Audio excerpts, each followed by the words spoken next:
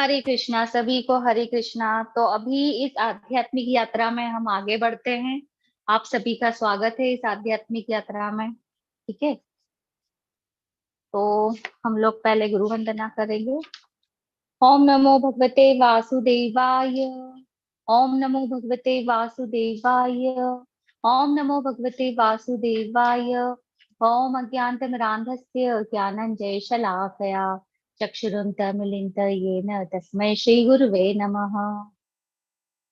नमः ॐ विष्णुपादाय कृष्णपृष्ठाय भूतले श्रीमते भक्ति वेदांत स्वामी इति नामिने। नमस्ते सरस्वती देवी गौरवाणी प्रचारिणी निर्विशेष शून्यवादी पाश्चात देश तारिणी। जय श्री कृष्ण चैतन्य प्रभु नित्यानंद श्री अद्वैत गदाधर श्रीवासादि गौर भक्तवृंद। हरे कृष्णा कृष्ण कृष्ण हरे हरे हरे राम राम राम हरे हरे। हरे कृष्णा कृष्ण कृष्ण हरे हरे हरे राम राम राम हरे हरे। हे कृष्ण करुणा सिंधु दीनबंधु जगतपते गोपेशं गोपिकाकांत राधाकांत नमस्तुते। तप्त कांचन गौरांगी राधे वृंदावनेश्वरी विश्वानुसुते देवी प्रणमामि हरिप्रिये। वाञ्छाकल्पतरुभ्यश्च कृपा सिन्धुभ्येव च पतितानां पावनेभ्यो वैष्णवेभ्यो नमो नमः। अनंत कोटि वैष्णव वृंद की जय। श्रील प्रभुपाद की जय। नाम निष्ठा दास प्रभु जी के चरणों में दंडवत प्रणाम। सभी को हरे कृष्णा पुनः। तो आज का अध्याय है कर्म योग, है ना। तीसरा अध्याय है भगवत गीता का और आज हम तीसरे अध्याय में प्रवेश करेंगे। भगवान अभी हमें यहाँ पे अर्जुन के माध्यम से बताने वाले हैं कर्म योग, है ना। तो इससे पहले हम थोड़ा सा कल जो अध्याय हम लोगों ने देखा था, दूसरा अध्याय, उसके बारे में थोड़ा हम लोग सारांश देख लेते हैं। कल क्या देखा था? गीता का सार देखा था। भगवान ने क्या दिया था? भगवान ने आत्मा का ज्ञान दिया था, है ना, कि हम शरीर नहीं आत्मा है ना। जैसे अर्जुन ने 5 कारण दिए थे और उस 5 कारणों का खंडन भगवान श्री कृष्ण ने किसमें किया था? दूसरे अध्याय में किया था।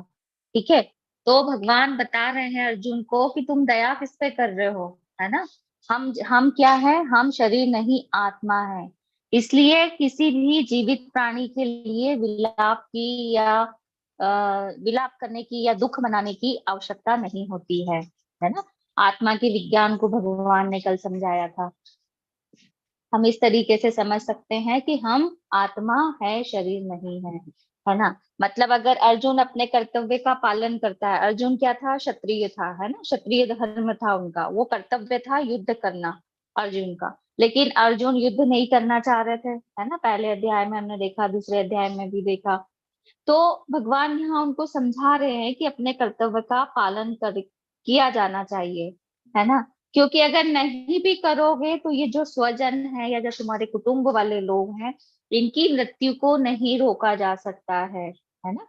मृत्यु तो कैसे भी इनकी होना है, ठीक है। तो इसलिए अपने कर्तव्य का पालन करो। भगवान यहाँ इस तरीके से अर्जुन को कल समझाया था, है ना। इस श्लोका भी देखा था हमने उसमें, है ना। आत्मा के गुण बताए थे भगवान ने, है ना। आत्मा को न तो जल द्वारा भिगोया जा सकता है, ना शस्त्रों द्वारा काटा जा सकता है, ना सुखाया जा सकता है। तो क्या है, हम शरीर नहीं आत्मा है।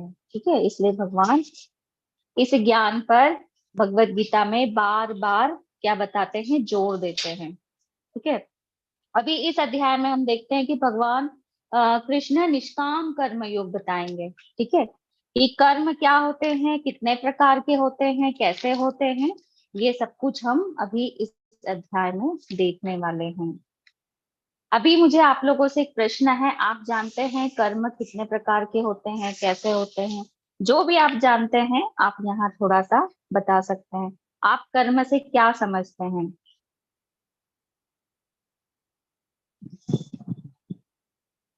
चैट बॉक्स में भी डाल सकते हैं, हैंड रेस करके जवाब भी दे सकते हैं, है ना। आपको आपके मन में जो भी विचार आता है कर्म से रिलेटेड, क्या समझते हैं कर्म के बारे में आप?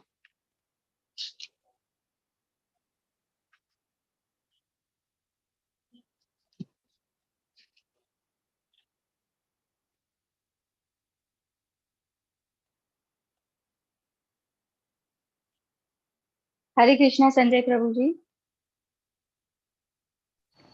हरे कृष्णा माता जी। जी प्रभु जी, जी हैंड माता, रेस हरे करके कृष्णा। बताइए। निकिता माता जी प्लीज अनम्यूट कीजिए। हरे कृष्णा माता जी, हरे कृष्णा प्रभु माता जी। जी, हरे कृष्णा माता जी। माता जी दंडवत माता प्रणाम। जी कर्म योग, माता जी हम कर्म योग तो ये समझते हैं कि जो अपना कर्म है वो करना है, लेकिन उसमें फल की इच्छा नहीं रखना है, बिना फल की इच्छा करे अपना कर्तव्य का पालन करते हुए जाना है। ठीक है माता जी, ठीक है। ठीक है, आपका कहने का मतलब है कि हमारा जो कर्म है वो कर्म करते जाना चाहिए, और उससे उसके फल से हमें अटैच नहीं रहना बिना चाहिए, फल उससे की, आसक्ति नहीं रखना चाहिए। हाँ, जी बिना फल जी की माता इच्छा जी। से। ठीक है माता जी, ठीक है, बहुत बहुत धन्यवाद आपका। हरे कृष्णा मनीषा माता जी प्लीज अनम्यूट कीजिए। हरे कृष्ण प्रभु जी। मैं ये कहना चाह रही थी कि जो कर्म होता है भगवान के अनुसार दो प्रकार के कर्म बताए गए हैं, सकाम और निष्काम। सकाम कर्म वो होते हैं जिसमें हमें फल की इच्छा होती है, या फिर हम किसी कारण से उसको कर रहे होते हैं, जैसे हम कहीं जॉब करते हैं या फिर कोई भी ऐसा बिजनेस या कुछ भी करते हैं। और निष्काम कर्म वो होते हैं जो जिनका हमें कोई जिसमें कोई फल की इच्छा नहीं होती, लाइक भगवान की पूजा करना, भक्ति करना। जी जी माता जी, जी बहुत अच्छा माता जी। हरे कृष्ण। राधे कृष्ण, हरे जी, कृष्ण। हरे कृष्ण।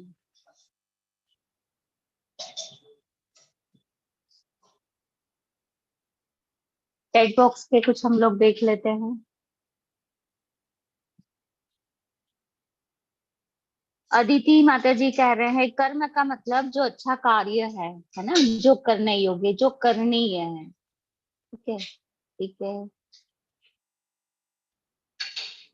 अजय प्रभु जी कह रहे हैं जो काम निष्फल हो, जिसका ऊपर कोई मोह माया ना हो, उसे कर्म कहते हैं। बिल्कुल ठीक है प्रभु जी।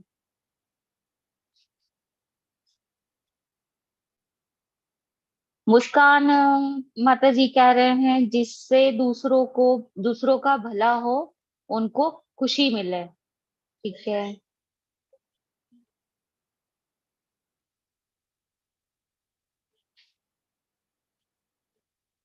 लक्ष्मी माता जी कह रहे हैं दो तरह के कर्म होते हैं।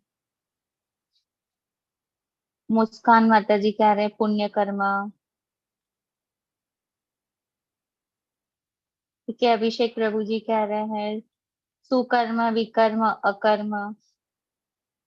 ठीक है ना, मतलब ये जान लिया है कि कर्मों के बारे में आप लोग थोड़ा थोड़ा जानते हैं, है ना, कि कर्म कैसे होते हैं या क्या होते हैं, या भगवान ने क्या वर्णन किया है। ये बहुत अच्छी बात है कि सबके सबने जो आंसर दिए हैं वो बहुत अच्छे दिए हैं, है ना।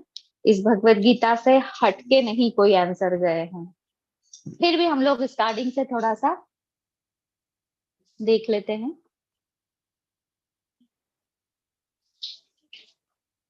कशिश माता जी कह रहे हैं मोक्ष की प्राप्ति के लिए किया गया कार्य कर्म है। ठीक है माता जी, आप सभी का बहुत बहुत धन्यवाद आंसर देने के लिए। तो अभी जनरली हम लोग अगर एक सामान्य भाषा में अगर कर्म को समझे, है ना, तो कर्म जो हमारे द्वारा किए जाने वाले कार्य है ना। और अगर अध्यात्म की दृष्टि से अगर हम लोग देखें नॉर्मल भाषा में, तो सकाम कर्मों का वर्णन किया गया है ना, जिसमें हमारी इंद्रिय तृप्ति भी शामिल होती है। ठीक है। और जो वेद है ना, जो हमारे शास्त्र है, तो उसमें क्या किया गया है, कर्म कांडों का वर्णन किया गया है। ठीक है। तो अभी भगवान यहाँ ये बताना चाह रहे हैं कि जितनी भी हमारी इंद्रिय तृप्ति होती है ना, उस इंद्रिय तृप्ति से उठकर हमें आध्यात्मिकता तक जो ले जाते हैं, वो कर्म करने के बारे में भगवान बता रहे हैं, है ना। कर्म 3 प्रकार के होते हैं, जो स्वभाव के अनुसार होते हैं व्यक्ति के, है ना। जो एक तो व्यक्ति का स्वभाव जैसा होता है वो नित्य या नियमित कर्म करता है ना। फिर दूसरा होता है इच्छित कर्म, जो उसकी बहुत लालसा होती है, बहुत इच्छा होती है, वो वैसे कार्य करता है। और कुछ कर्म हमारे ऐसे होते हैं जो सडनली हम लोग करते, अचानक से करते हैं, है ना। कोई अगर आपातकाल वाली स्थिति हो गई तो फिर वो काम हमको करना पड़ते हैं, वो कर्तव्य हमको करना पड़ते हैं, है ना। तो इस तरीके से हम समझ सकते हैं कि ये 3 प्रकार के कर्म होते हैं। तो इनको अगर भगवत गीता में बताया गया है सकाम कर्म, विकर्म और अकर्म। ठीक है। अकर्म मतलब वो होता है कि अगर हमारे कोई निर्धारित कर्तव्य है ना, उनको न करना। ठीक है। विकर्म मतलब बुरे कर्म, और सकाम कर्म मतलब हमारी इच्छाओं के लिए, इंद्रिय तृप्ति के लिए जो किए जाते हैं, वो सब सकाम कर्म के अंतर्गत आते हैं। ठीक है। अभी यहाँ देखिए, कर्म योग और कर्म कांड एक समान नहीं है ना। कुछ लोग ऐसा समझते हैं कि जो हम कर्म कांड कर रहे हैं वो भी यही है और कर्म योग भी एक ही है, लेकिन ये एक नहीं है।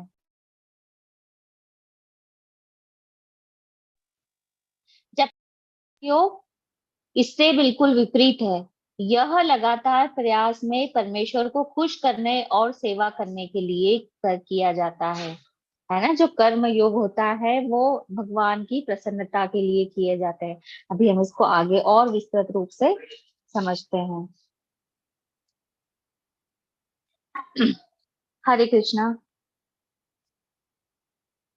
अभी इस अध्याय में भगवान निष्काम कर्म योग, है ना, निष्काम कर्म योग की बात कहेंगे। जो हमारे निर्धारित कार्य है ना, वो भगवान कृष्ण की सेवा में हमें लगाना चाहिए, उनको अर्पित करना चाहिए, है ना।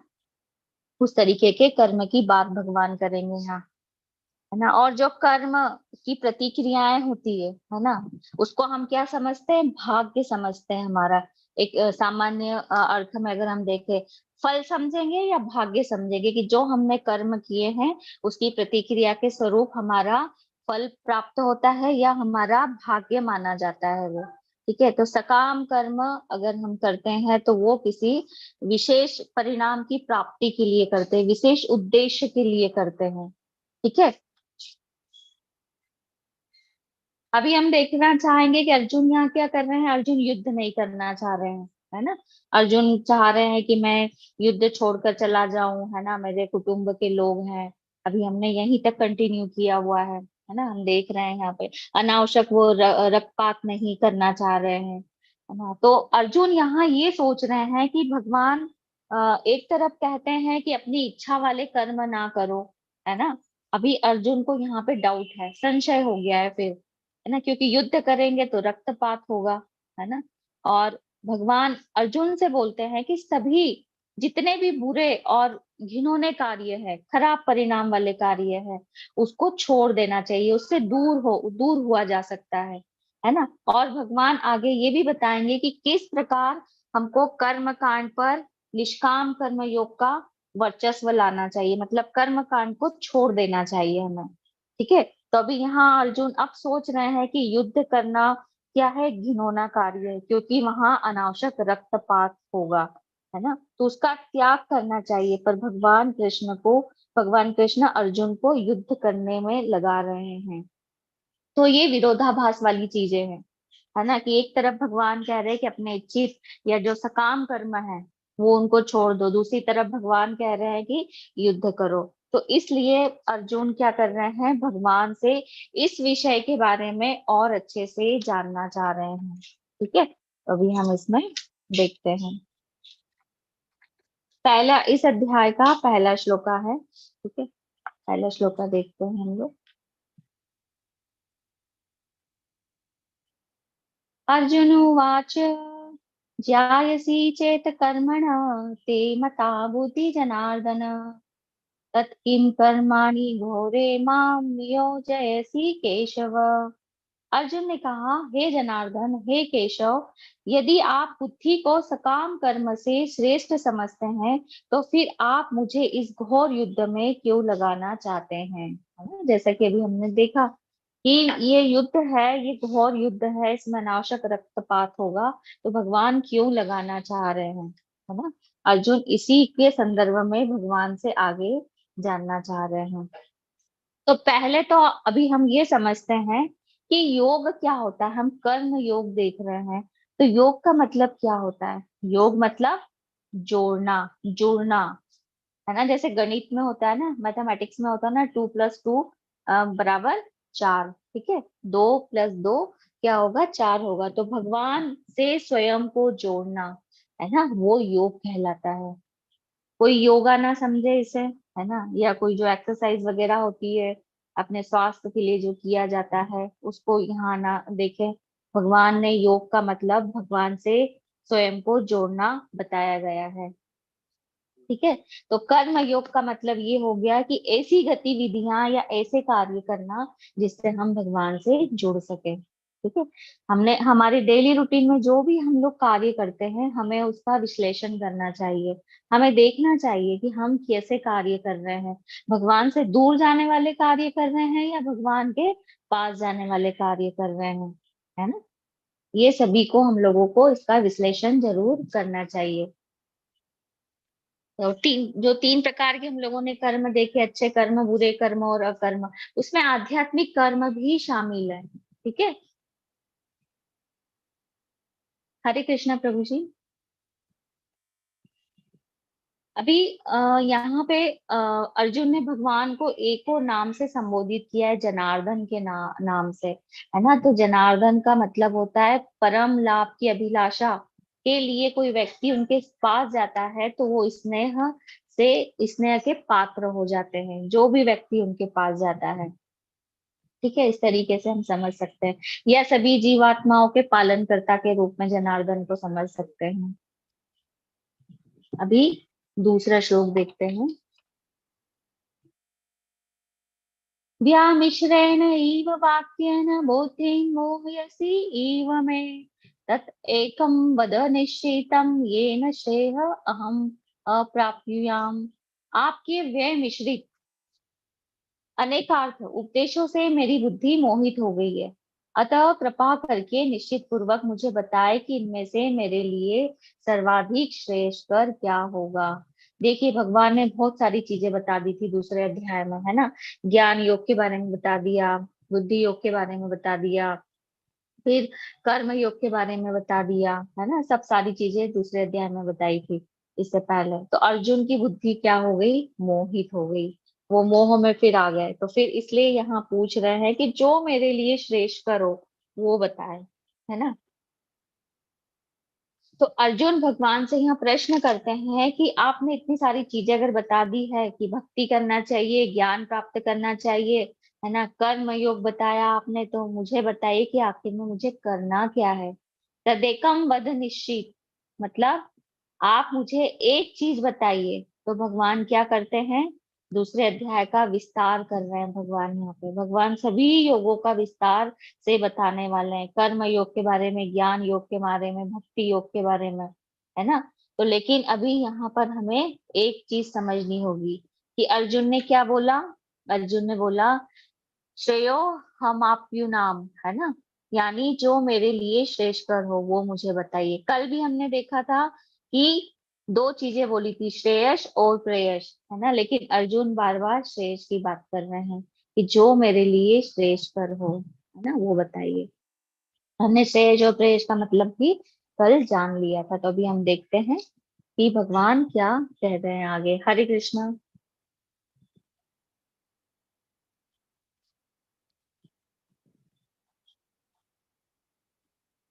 हरे कृष्णा प्रभु जी। हरे कृष्ण माता जी, स्लाइड चेंज नहीं हुई?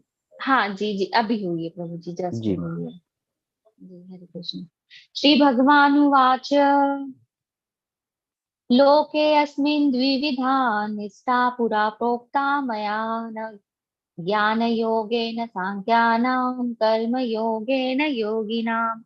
श्री भगवान ने कहा, है निष्पाप अर्जुन, मैं पहले ही बता चुका हूँ कि आत्म साक्षात्कार का प्रयत्न करने वाले दो प्रकार के पुरुष होते हैं। कुछ इसे ज्ञान योग द्वारा समझने का प्रयास करते हैं और कुछ भक्तिमय सेवा के द्वारा। ठीक है, तो भगवान यहाँ क्या कह रहे हैं कि दो प्रकार के पुरुष होते हैं। एक ज्ञान योग के द्वारा समझते हैं और दूसरा बुद्धि योग के द्वारा समझते हैं या भक्ति के द्वारा समझते हैं। ठीक है, तो भगवान यहाँ बता रहे हैं कि भगवान की प्राप्ति के दो मार्ग हैं, है ना। पहला ज्ञान योग के द्वारा, और ज्ञान योग में व्यक्ति क्या करता है कि भगवान के विषय में वो पहले क्या करता है, बहुत सारा ज्ञान प्राप्त करता है, शास्त्रों को पढ़ता है ना, और बाद में वो भगवान के लिए कर्म करना या कार्य करना आरंभ करता है। ठीक है, तो ये पहली विधि हो गई, ये पहले प्रकार के लोग हो गए कि ज्ञान योग के द्वारा वो जानने की कोशिश करते हैं भगवान को। फिर दूसरे प्रकार के लोग कौन हो गए, तो भगवान बोलते हैं कि दूसरे प्रकार के लोग वो है जो कर्म योग, मतलब कर्म के द्वारा भगवान को जानना चाहते हैं। जैसे किसी मशीन को, हम मशीन का उदाहरण ले लेते हैं या मोबाइल का उदाहरण ले लेते हैं कि कोई मोबाइल चलाना सीखना चाहता है तो वो क्या करेगा, मोबाइल परचेज करेगा, है ना। ये मोबाइल के साथ एक मैनुअल भी आता है, या तो वो मैनुअल को पढ़कर उसको मोबाइल को चलाना सीखे, ठीक है, और या तो फिर उसको चलाते चलाते ही सीखे कि इसको कैसे मुझे ऑपरेट करना है। ठीक है, तो कई लोग इस तरीके से होते हैं कि कोई लोग शास्त्रों को पढ़कर भगवान को समझना चाहते हैं और कोई भगवान के लिए कर्म कर कर समझना चाहते हैं। ठीक है, ये भगवान को जानने के दो तरीके हैं। तो हम भगवान के बारे में ज्ञान एकत्रित करेंगे और उनके बारे में जाने, या हम भगवान की सेवा करके भी भगवान को जान सकते हैं। तो इस प्रकार भगवान ने यहाँ दो मार्गों का वर्णन किया है। ठीक है, तो यहाँ पर अर्जुन ने पूछा कि तद एकम वदम, आप मुझे एक मार्ग बताइए, है ना। तो इस प्रकार ज्ञान योग मार्ग एक है और एक भक्ति में कर्म करने का मार्ग भगवान ने यहाँ बताया है। तो अभी हम आगे देखते हैं भगवान क्या बता रहे हैं। हरे कृष्णा। है ना, तद एकम वदम, एक रास्ता बताइए। भगवान ने दो बता दिए कि भक्ति वाले लोग होते हैं और ज्ञान मार्गी लोग होते हैं। तो अभी अर्जुन फिर बोल रहे हैं मुझे एक रास्ता बताइए। हरे कृष्णा।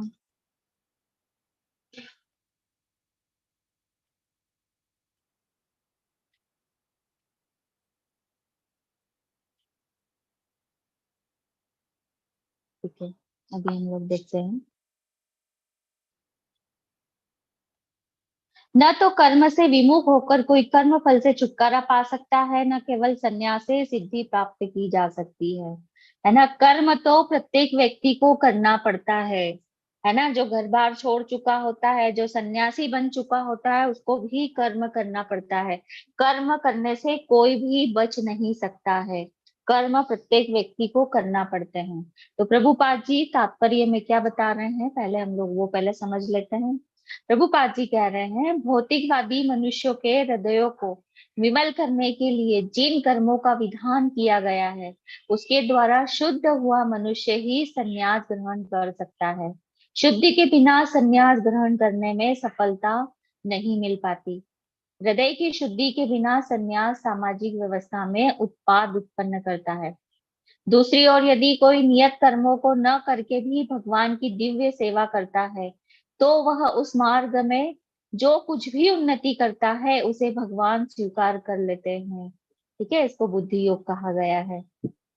तो अभी अर्जुन अर्जुन को क्या लगता है कि भक्तिमय कर्म मतलब अगर कोई भक्ति करेगा तो उसको क्या करना पड़ेगा, युद्ध, या अर्जुन जैसे है तो उसको युद्ध छोड़ना पड़ेगा, या कोई व्यक्ति ये सोचता है कि मुझे भक्ति युक्त कर्म करना है तो उसको अपने कर्तव्यों को त्यागना पड़ेगा, घर बार को त्यागना पड़ेगा, है ना। पर ऐसा नहीं है। अर्जुन भी यही समझ रहे हैं कि कर्तव्यों का त्याग करना पड़ेगा, ठीक है, जिसको संन्यास कहा जाता है। अर्जुन को यहाँ पे ऐसा लगता है। तो भगवान यहाँ बताएंगे, भगवान क्या बोलते हैं कि कर्म का त्याग किए बिना कोई भी नहीं रह सकता है ना। मैंने जैसे अभी भी कहा कि सन्यासी भी नहीं रहता है, सन्यासी को भी अपने सारे कार्य करना होते हैं, है ना। जैसे खाना बनाना, श्वास लेना, है ना, सारी ये व्यवस्थाएं करना, वो सन्यासी को भी अपने जीवन निर्वाह हेतु करने पड़ते हैं। तो भगवान क्या बोलते हैं कि कर्म किए बिना कोई नहीं रह सकता। तो भगवान बोलते हैं कि अर्जुन, तुम कर्म से नहीं बच सकते हो, तुम्हारा कर्म है युद्ध करना, तो तुमको युद्ध करना चाहिए, है ना। कि कर्म के बिना तुम रह नहीं सकते हो, और ना ही तुम केवल सन्यासी हो सकते हो, है ना। तुमको कर्मों के परित्याग से तुम सिद्धि को प्राप्त नहीं कर सकते हो। क्यों नहीं कर सकते हो? क्योंकि अगर कोई संन्यास ग्रहण करता है, संन्यास मतलब कोई जनरली हम लोग समझते हैं कि समस्त कार्यों का त्याग करके और भगवान के नाम लेने के लिए एकांत स्थान में चले जाते हैं कोई व्यक्ति, है ना। छोड़ो घर बार चलो हरिद्वार, ये आप लोगों ने सुना होगा। हिमालय में जा रहे हैं कहीं, है ना, एकांत स्थान में, पवित्र स्थान पे। लेकिन जब व्यक्ति के अंदर क्या होती है, बहुत सारी लालसाएं होती है ना, बहुत सारी इच्छाएं होती है, और अगर वो ये अपनाता है, ये मार्ग अपनाता है कि उसको संन्यास लेना है, सब छोड़ना है, और जब वो वहां जाता है तो वो जो उसकी लालसाएं होती वो उसको परेशान करती, वो इच्छाएं उसको परेशान करती, क्योंकि अभी मन इतना शुद्ध नहीं हुआ, इतना पवित्र नहीं हुआ है, ठीक है। तो प्रभुपाद जी यहाँ क्या लिखते हैं कि संन्यास का मार्ग है ना। तो अर्जुन यहाँ कहते हैं कि युद्ध छोड़कर एकांत में जाकर भगवान की भक्ति करूं, है ना। लेकिन संन्यास के लिए क्या होना चाहिए, हमारा हृदय शुद्ध होना चाहिए, ठीक है। जब तक हृदय शुद्ध नहीं होगा तब तक हम ये मार्ग नहीं अपना सकते हैं, ठीक है। ये मार्ग हम कब अपना सकते हैं, जब हमारा हृदय शुद्ध होगा तब। पहले क्या होता था, आप लोगों को पता है कि पहले के जमाने में जो आश्रम होते थे, है ना, पहले के 25 साल में ब्रह्मचारी आश्रम होता है ना। फिर 25 साल बाद गृहस्थ आश्रम में प्रवेश किया जाता था, फिर 25 साल बाद वानप्रस्थ में, और फिर 25 साल बाद संन्यास, है ना। तो पहले के 25 साल क्या किया जाता था, व्यक्तियों द्वारा के अपने निर्धारित कर्तव्य करते थे, है ना। और फिर धीरे धीरे गृहस्थ आश्रम में प्रवेश करके वो अपने मन को क्या करते थे, शुद्ध करते थे, और फिर वो आखिरी में सन्यासी वाले स्तर पर पहुंचते थे, है ना। कोई अचानक से सन्यासी नहीं बन सकता है, सन्यास नहीं ले सकता है, ठीक है। तो यहाँ पे यही भगवान समझाने की कोशिश कर रहे हैं, ठीक है। हाँ, लेकिन दूसरी तरफ भगवान ये भी कह रहे हैं कि भक्ति है ना, हम भगवान के लिए कर्म करते हैं तो उसके लिए हमको प्रारंभ में कुछ भी, हमारे हृदय को भी शुद्ध करने की आवश्यकता नहीं है ना। क्योंकि जैसे जैसे हम भगवान के लिए कर्म करते हैं तो धीरे धीरे हमारा हृदय अपने आप शुद्ध हो जाता है ना। जैसे उदाहरण से हम समझते हैं कि हमें कोई बीमारी है, तो हम दवाई नहीं खाएंगे तब तक हम ठीक नहीं होंगे। तो क्या होता है कि धीरे धीरे दवाई खाते खाते हम सही होते रहते हैं। तो इसी प्रकार से सन्यास और भगवान के लिए कर्म करना, दोनों में अंतर है। जैसे हमको कोई बीमारी है, दवाई खा रहे हैं तो धीरे धीरे ठीक हो रहे हैं ना, तो सन्यास भी ऐसा ही है। हमको इन, अगर हम गृहस्थ में है तो हम धीरे धीरे चीजों से डिटेच होते हैं, है ना, मोह थोड़ा सा कम होता है, और तब जाकर हम क्या करते हैं, संन्यास आश्रम में पहुंच सकते हैं, ठीक है। वरना ब्रह्मचारी से सीधे संन्यास में पहुंचेंगे तो फिर वो व्यवधान हो जाएगा, उसमें दिक्कत होती है ना। लेकिन अगर किसी व्यक्ति का हृदय ही नहीं शुद्ध और वो संन्यास ले लेता है तो वो क्या कर देता है, उसका हृदय शुद्ध नहीं होगा तो इंद्रिय भोग की उसके अंदर लालसा होगी, है ना। तो ऐसे व्यक्तियों का क्या होगा, अभी हम आगे देखते हैं। यहाँ इसी श्लोक में, छठे श्लोक में भगवान बता रहे हैं, क्या बता रहे हैं। कर्म इंद्रियाणि संयम्य यह आस्ते मनसा स्मरण इंद्रियार्थान विमूढ़ात्मा मिथ्याचार स उच्यते। जो कर्मेंद्रियों को वश में तो करता है, किंतु जिसका मन इंद्रिय विषयों का चिंतन करता रहता है, वह निश्चित रूप से स्वयं को धोखा देता है और मिथ्याचारी कहलाता है। कुछ लोग ऐसे होते हैं, जनरली हम लोग देखते हैं कि सारी जवाबदारियों से परेशान हो जाते हैं, है ना। जो उनके कर्तव्य होते हैं, घर की जवाबदारी, माता पिता की जवाबदारी, है ना। अगर वो गृहस्थ में है तो फिर बच्चों की जवाबदारी, है ना। इतनी सारी जवाबदारी, कर्तव्य निभाते निभाते वो क्या होते हैं, परेशान होते हैं। तो कई बार वो सोचते हैं कि मैं तो ये सब छोड़ के चला जाऊं, मैं बहुत परेशान हो गया हूँ, है ना। तो कुछ लोग ऐसे होते हैं कि जो बिना शुद्ध हुए, है ना, उनके मन में लालसाएं तो हैं, लेकिन वो अपने कर्तव्यों से, अपनी जवाबदारी से भागना चाहते हैं, है ना। और जब मन शुद्ध नहीं है, इंद्रिय भोग की इच्छा भी है, लेकिन कर्तव्यों के कारण वो भाग रहे हैं, तो फिर ऐसे लोगों को क्या कहा जाता है, मिथ्याचारी कहा जाता है ना। वो एकांत स्थान में जाना जाना चाहते हैं, आप लोगों ने सुना होगा, है ना। लेकिन उनका हृदय ही नहीं शुद्ध है ना। लेकिन उन्होंने क्या किया है, कृत्रिम रूप से इंद्रिय विषयों का त्याग कर दिया, कि वो परेशान हो गए और छोड़ दिया कि मुझे कुछ नहीं चाहिए, मैं तो चले जाता हूँ, है ना। लेकिन इंद्रिय भोग की इच्छा उनके अंदर से नहीं जाती है ना।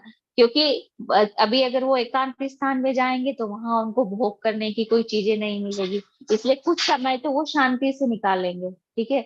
लेकिन जैसे ही उनको इंद्रिय भोग की चीजें मिलती है ना, इंद्रिय तृप्ति की कोई चीजें मिलती है, तो फिर उनका मन फिर से उस ओर चला जाता है ना। तो इस तरीके से उनका पतन हो जाता है और फिर से वो भौतिक बंधन में गिर जाते हैं। तो ऐसे लोगों को मिथ्याचारी कहा जाता है।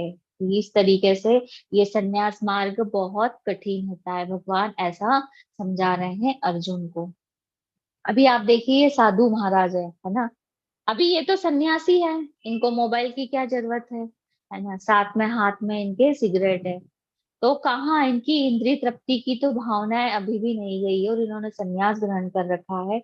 तो कैसे नहीं हो सकते ये सन्यासी, है ना।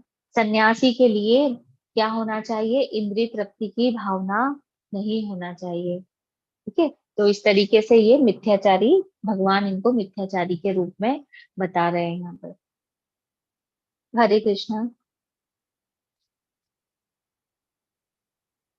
देखिए, ये भरत महाराज है ना। और इनकी एक पतन कैसे कर सकता है ना। ये जो भरत महाराज है, इन्हीं के नाम से हमारा भारत देश का नाम रखा गया है, ठीक है। और इनके पिता का नाम था ऋषभ देव, है ना। कैसे कर्म के बंधन में ये फंसे हैं, ये देखिए, बहुत अच्छी स्टोरी है ये। श्रीमद् भागवतम, भागवतम में इनकी स्टोरी आती है। हमारे भारत देश का नाम भी इन्हीं से रखा गया है। तो क्या रहता है कि ये राज ऋषि रहते हैं, है ना, राजा भी रहते हैं और भगवान के भक्त भी रहते हैं ये। तो ये क्या करते हैं, राजपाट करते हैं कुछ समय, लेकिन इनको उनसे, राजपाट से अपने आसक्ति नहीं होती है, और ये सारा राज्य छोड़कर जंगल में चले जाते हैं, है ना। और जंगल में जाकर क्या करते हैं, भगवान के लिए, भगवान का ध्यान करते हैं, भगवान की भक्ति करते हैं। बड़े आराम से इनके दिन व्यतीत होते हैं वहां पे भगवान की भक्ति करते हुए। लेकिन एक दिन इनके सामने एक दृश्य होता है, एक दृश्य दिखाई देता है इनको, कि एक हिरण, है ना, सामने इनके सामने से गुजरा और पीछे एक शेर भी गुजर रहा है हिरण को मारने के लिए, ठीक है। वो हिरण कहाँ जाके चली जाती है, अपने आप को बचाव करने के लिए पानी में चली जाती है। पास ही एक तालाब रहता है, सरोवर रहता है, ठीक है।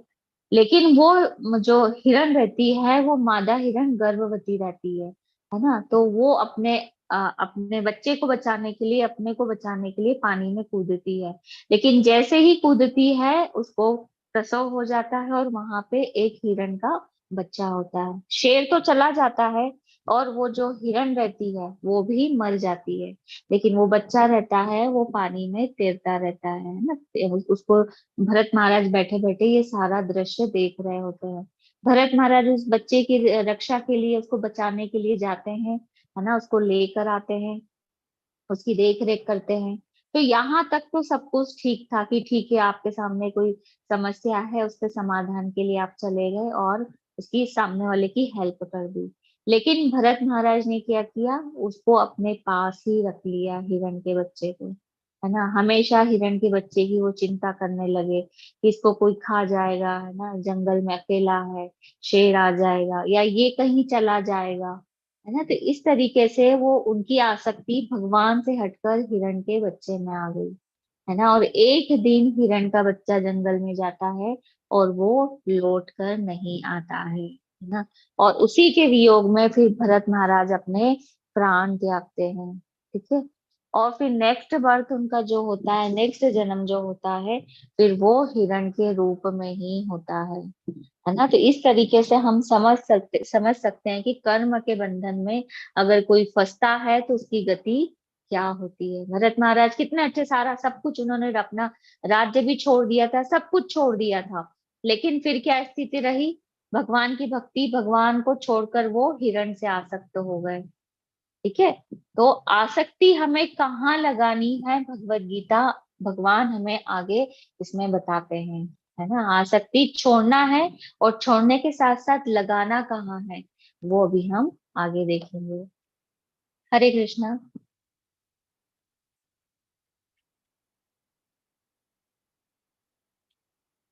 है ना। अभी किसी का प्रश्न ये भी हो सकता है कि हम भक्ति वाला कर्म ही क्यों करें, भक्तिमय क्यों कर्म ही क्यों करें, है ना। तो उसका उत्तर हमें आगे के श्लोकों में जरूर मिलेगा।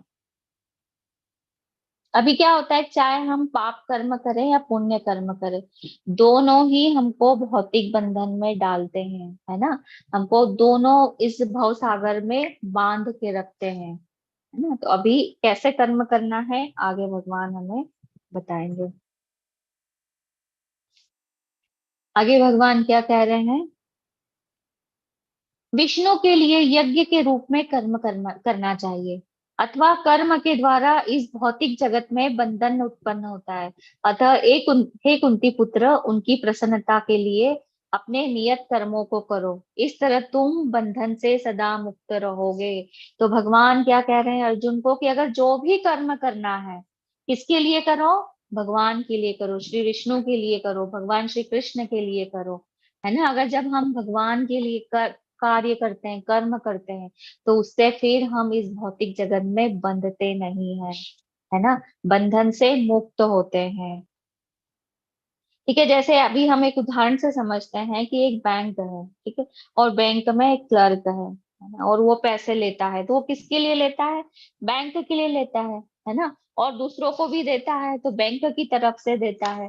लेकिन अगर वह बैंक के लिए कर्म ना करे, है ना, और अपने लिए मतलब सारे वो पैसे अपने पास रख ले, तो उसे सजा मिलेगी। तो इसी प्रकार जब कोई व्यक्ति भगवान के लिए कर्म करता है तो उसे कर्म का बंधन नहीं लगता है, वो कर्म के बंधनों से मुक्त होता है। जब जो भी कोई व्यक्ति भगवान के लिए कर्म करेगा तो वो सारे बंधनों से मुक्त होगा। इसलिए भगवान यहाँ अर्जुन को ये समझा रहे हैं। प्रभुपाद जी तात्पर्य में बताते हैं, अतः भगवान विष्णु की प्रसन्नता के लिए कर्म करना चाहिए।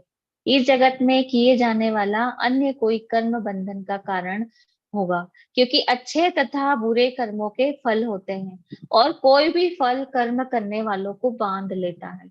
अतः कृष्ण विष्णु को प्रसन्न करने के लिए कृष्ण भावना भावित होना होगा, और जब कोई ऐसा कर्म करता है तो वह मुक्त दशा को प्राप्त रहता है। यही महान कर्म कौशल है और प्रारंभ में इसी विधि में अत्यंत कुशल मार्गदर्शन की आवश्यकता होती है, ठीक है। तो हमें शास्त्रों में वर्णन के अनुसार ही हमें क्या करना चाहिए, कर्म करना चाहिए, ठीक है। अभी हम लोग क्या क्या करते हैं, हमें शास्त्रों का ज्यादा पता नहीं रहता है ना, और क्या लिखा है, किस तरीके के कर्म करना चाहिए ये भी नहीं पता है।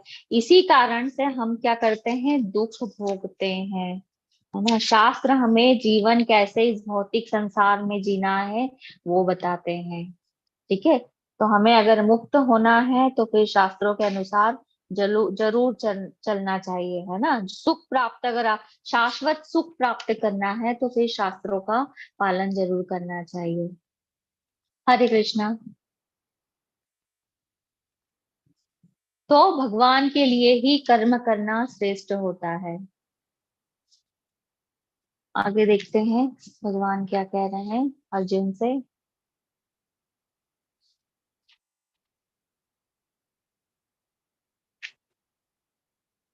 यज्ञों के द्वारा प्रसन्न होकर देवता तुम्हें भी प्रसन्न करेंगे और तुम इस तरह मनुष्य तथा देवताओं के मध्य सहयोग से सबों को प्रसन्नता प्राप्त होगी, है ना। तो भगवान ने यहाँ कुछ क्या कहा है, यज्ञ का विधान किया हुआ है ना, कि यज्ञों के द्वारा प्रसन्न होकर देवता प्रसन्न होंगे। जब हम यज्ञ करते हैं तो देवता क्या होते हैं, प्रसन्न होते हैं।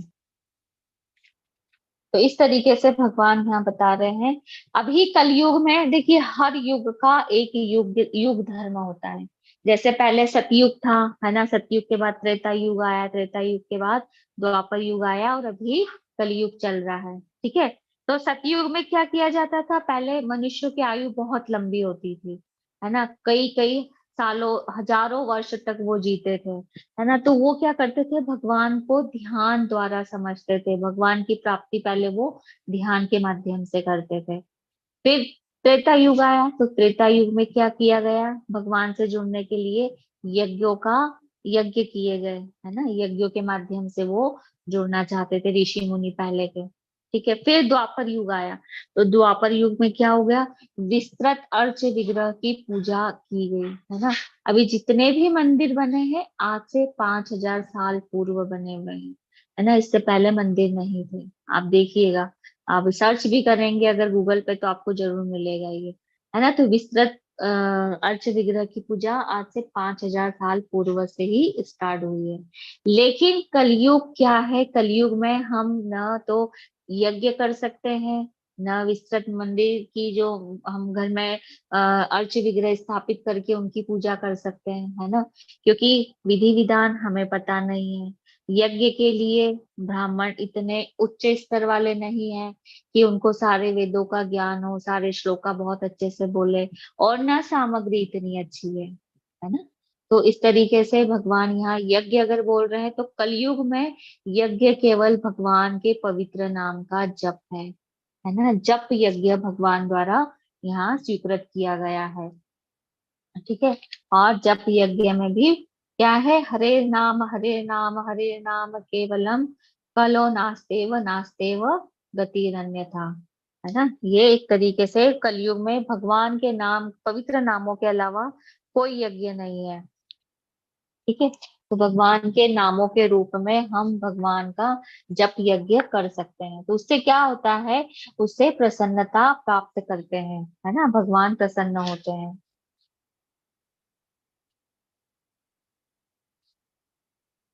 अगले श्लोक में भगवान बता रहे हैं कि जीवन की विभिन्न आवश्यकताओं की पूर्ति करने वाले विभिन्न देवता यज्ञ संपन्न होने पर प्रसन्न होकर तुम्हारी सारी आवश्यकताओं की पूर्ति करेंगे, किंतु जो इन उपहारों को देवताओं को अर्पित किए बिना भोगता है वह निश्चित रूप से चोर है ना। क्या है कि देवताओं और मनुष्यों में ये आपस में परस्पर समन्वय है ना। अगर हम भगवान के लिए या देवताओं के लिए कोई भी कार्य करेंगे, भगवान के लिए कार्य करेंगे, तो वो प्रसन्न होंगे। पहले ऐसा होता था, है ना, कि यज्ञों के माध्यम से देवताओं को प्रसन्न करते थे, तो वो क्या करते थे, जैसे इंद्र है तो वो वर्षा करते थे, है ना, वर्षा के माध्यम से फसल अच्छी होती थी, है ना। तो ये परस्पर एक संबंध बताया गया है भगवान द्वारा। ठीक है। प्रभुपाद जी क्या बता रहे हैं कि देवतागण भगवान विष्णु द्वारा भोग सामग्री प्रदान करने के लिए अधिकृत किए गए हैं, है ना। मतलब ये है कि जितने भी देवी देवता हैं वो भगवान द्वारा भोग सामग्री प्रदान करने के लिए अधिकृत है, नियुक्त है, अतः नियत यज्ञों द्वारा उन्हें अवश्य संतुष्ट करना चाहिए। ठीक है। तो वेदों में विभिन्न देवताओं के लिए विभिन्न प्रकार के यज्ञों की संस्तुति है, किंतु ये सब अंततः भगवान को ही अर्पित किए जाते हैं। किंतु जो यह नहीं समझ सकता है कि भगवान क्या है, उसके लिए देव यज्ञ का विधान है। अनुष्ठानकर्ता के भौतिक गुणों के अनुसार ही वेदों में विभिन्न प्रकार के यज्ञों का विधान है।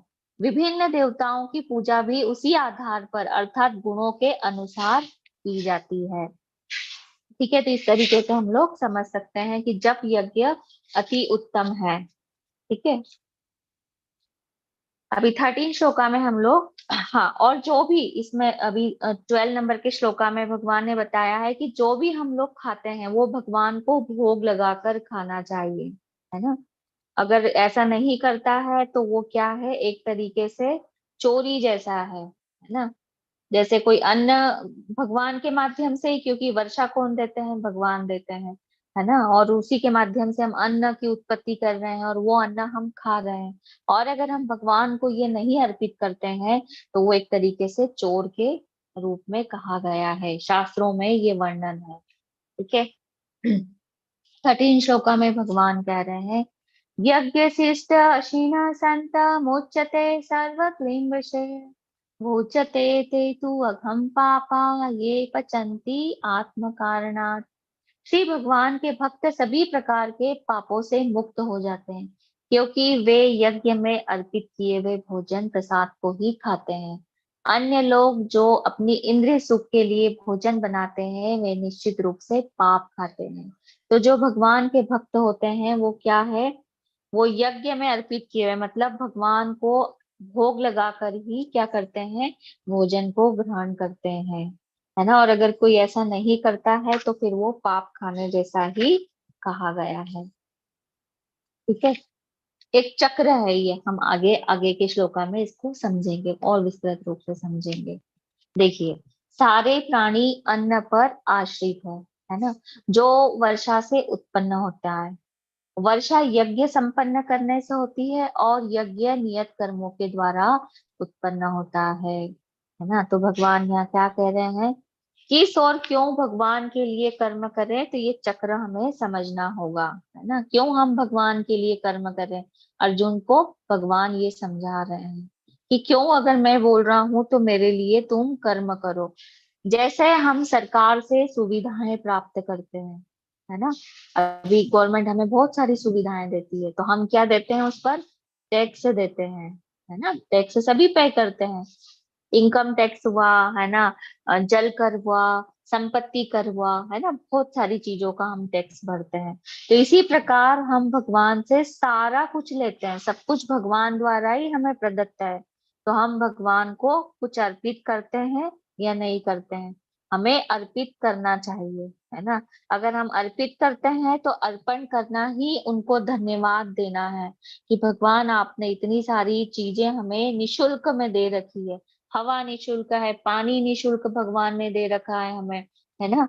और प्रकाश इतना दे रखा है, चंद्रमा की रोशनी दे रखी है ना। हम आगे के अध्याय में देखेंगे कि ये सब चीजें कितनी इंपॉर्टेंट है। तो भगवान ने ये सभी को निशुल्क दे रखी है। तो अगर भगवान को हम कुछ अर्पित करते हैं तो ये उनके लिए एक धन्यवाद है ना, क्योंकि सारी चीजें भगवान द्वारा बनाई गई है। तो अभी प्रश्न एक ये बनता है कि भगवान के पास तो सारी चीजें हैं, है ना, क्योंकि समस्त चीजें भगवान की है, तो हम भगवान को कोई कार्य अर्पित क्यों करें, है ना। इसका भी हम उत्तर देखते हैं कि एक पिता होता है ना, और पुत्र होता है। तो पुत्र क्या करता है, अपने पिता को अगर कुछ गिफ्ट देता है, उपहार देता है, तो पिता बहुत प्रसन्न होते हैं, है ना। और जब प्रसन्न होते हैं तो दोनों में प्रेम बढ़ता है, और वो अधिक प्रेम तो होता है लेकिन और अधिक बढ़ जाता है। तो इस प्रकार से जब कोई आत्मा या जीव आत्मा भगवान के लिए कुछ कार्य करती है तो उससे वो भगवान का प्रेम प्राप्त करती है ना, भगवान का सानिध्य प्राप्त करती है, तो उससे प्रसन्नता प्राप्त हो जाती है ना। तो ये जीवात्मा के कल्याण के लिए बताया गया है यहाँ पे भगवान द्वारा। ठीक है। प्रभुपाद जी क्या कह रहे हैं, तात्पर्य में पढ़ लेते हैं थोड़ा सा हम। प्रभुपाद जी ने कहा, परमेश्वर जो यज्ञ पुरुष अथवा समस्त यज्ञों के भोक्ता है ना। अल्टीमेटली भोक्ता भगवान ही है। देवी देवता भी अगर कुछ करते हैं तो वो जाता भगवान तक ही है ना, उनकी स्वीकृति से ही सब कुछ होता है। तो सभी देवताओं के स्वामी है भगवान। जिस प्रकार शरीर के अंग पूरे शरीर की सेवा करते हैं, उसी प्रकार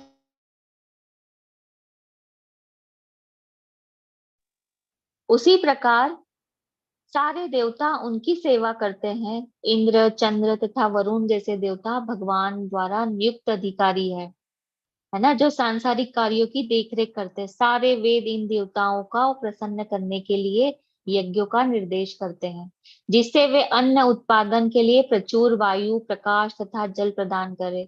जब कृष्ण की पूजा की जाती है तो उनके अंग स्वरूप देवताओं की भी स्वतः पूजा हो जाती है। अतः देवताओं की अलग से पूजा करने की आवश्यकता नहीं होती है। इसी तरह कृष्ण भावना भावित भगवत भक्त सर्वप्रथम कृष्ण को भोजन अर्पित करते हैं, तब खाते हैं। यह ऐसी विधि है जिससे शरीर का आध्यात्मिक पोषण होता है ना। तो भगवान यहाँ बता रहे हैं कि अलग से कुछ भी करने की जरूरत नहीं है ना। देवताओं का पूजन भी अलग से करने की जरूरत नहीं है, क्योंकि जितने भी देवी देवता हैं वो भगवान के सब अंग स्वरूप है ना, अंश है उनके, है ना। और अंग स्वरूप है तो अगर हम भगवान श्री कृष्ण की पूजा करते हैं तो उनकी पूजा, है ना, उनके लिए जो भी कार्य करते हैं भगवान के लिए, तो उनका देवी देवताओं के लिए स्वतः वो स्वीकृत माना जाता है ना। अलग से कुछ भी करने की जरूरत नहीं है। और हमें भगवान को भोग अर्पित करके ही ग्रहण करना चाहिए। जो हम अन्न खाते हैं वो भी बहुत बड़ा एक बंधन का कारण होता है ना। हम आगे और देखेंगे इसको। हरे कृष्णा। ये देखिए बहुत अच्छा एक चक्र है ना, इसको हम समझते हैं।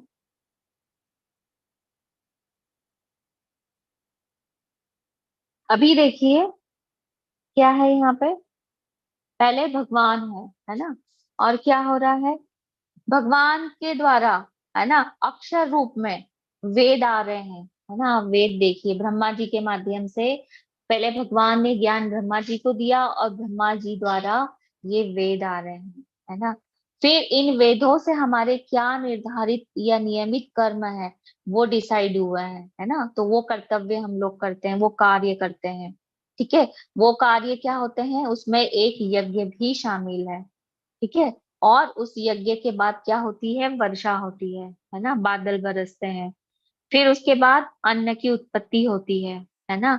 और फिर जो अन्न उत्पन्न होता है वो क्या हुआ होता है, इस पे सारे प्राणी निर्भर है। और लेकिन ये अन्न, ये एक सर्कल है, ये अन्न का भोग फिर पुनः हमें भगवान को लगाना चाहिए। तो इस तरीके से ये एक चक्र चलता रहता है, और ये इसी तरीके से हमें भी करना चाहिए, ठीक है, कि बिना भगवान को भोग लगाए हमें ग्रहण नहीं करना चाहिए।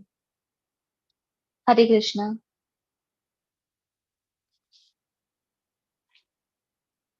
तो अभी जप यज्ञ क्या है ना, कलयुग में हम लोग वो देखते हैं, हम लोग यज्ञ तो कर नहीं सकते हैं, हर दिन अनुष्ठान नहीं कर सकते, हर दिन यज्ञ नहीं हो सकता है ना, तो टाइम है इतना कलयुग में व्यक्तियों के पास, है ना।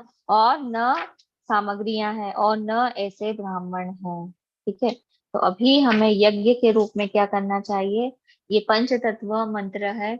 जय श्री कृष्ण चैतन्य प्रभु नित्यानंद श्री अद्वैत गदाधर श्रीवासादि गौर भक्त वृंद, ठीक है। तो ये हरे कृष्ण कृष्ण कृष्ण हरे हरे, हरे राम राम राम हरे हरे, इस मंत्र का हमें यज्ञ के रूप में जप करना चाहिए, है ना, संकीर्तन करना चाहिए, ठीक है। जप किया जाता है तो एक व्यक्ति द्वारा किया जाता है, और संकीर्तन किया जाता है तो उसमें बहुत सारे व्यक्ति भी शामिल हो सकते हैं, है ना। एक व्यक्ति से ज्यादा जो होगा फिर वो संकीर्तन होगा। और 108 बार हम इस मंत्र को यज्ञ के रूप में जप सकते हैं, यज्ञ है ये एक तरीके से, ठीक है। लेकिन इस मंत्र को जपने से पहले जो पंच तत्व मंत्र है वो हम लोगों को जपना चाहिए, ठीक है। तो ये बताया गया है। हरे कृष्णा।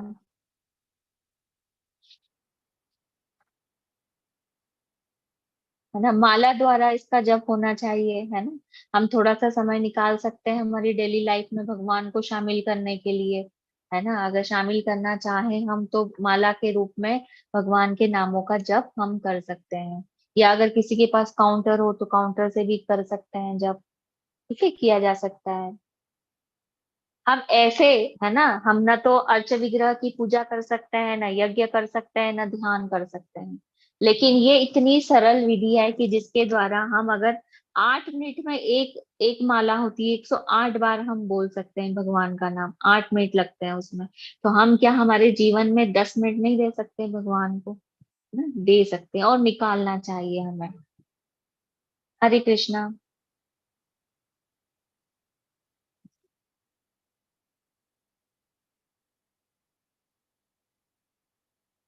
देखिए, ये हमारी चेतनाओं के स्तर होते हैं, है ना। हमारी चेतना किस, अभी कल किसी ने प्रश्न पूछा था कि मैं कैसे कर्म करूं, है ना। मैं कभी कभी उन कर्मों को करने के लिए डिसाइड नहीं कर पाता हूँ कि कौन सा कार्य अच्छा है, कौन सा बुरा है ना। लेकिन आप यहाँ समझिए कि हमारी चेतना किस स्तर पे होती है, उसी स्तर से हमारे द्वारा वो कार्य किए जाते हैं।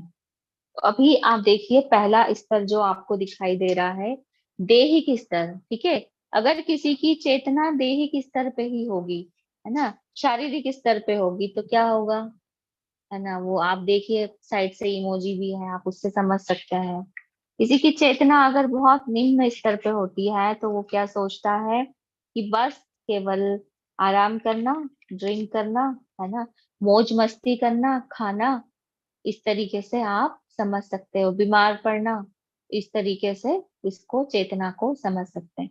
अभी किसी की इंद्रिय स्तर पे रहती है ना, किसी की चेतना इंद्रिय स्तर पे रहती है, तो उसका मूड हमेशा बदलता रहता है ना, उसको क्रोध ज्यादा आता है, ठीक है। तो इस तरीके से हम इसको समझते हैं। फिर अगर उसकी चेतना ऊपर बढ़ती है, मानसिक स्तर पे आती है ना, मेंटल प्लेटफॉर्म पे आती है, तो क्या होता है, बहुत अच्छा उसको फील होता है, हैप्पी लगता है, या फिर उसका ध्यान पढ़ाई में भी लगता है ना, उसको बहुत अच्छा फील होता है।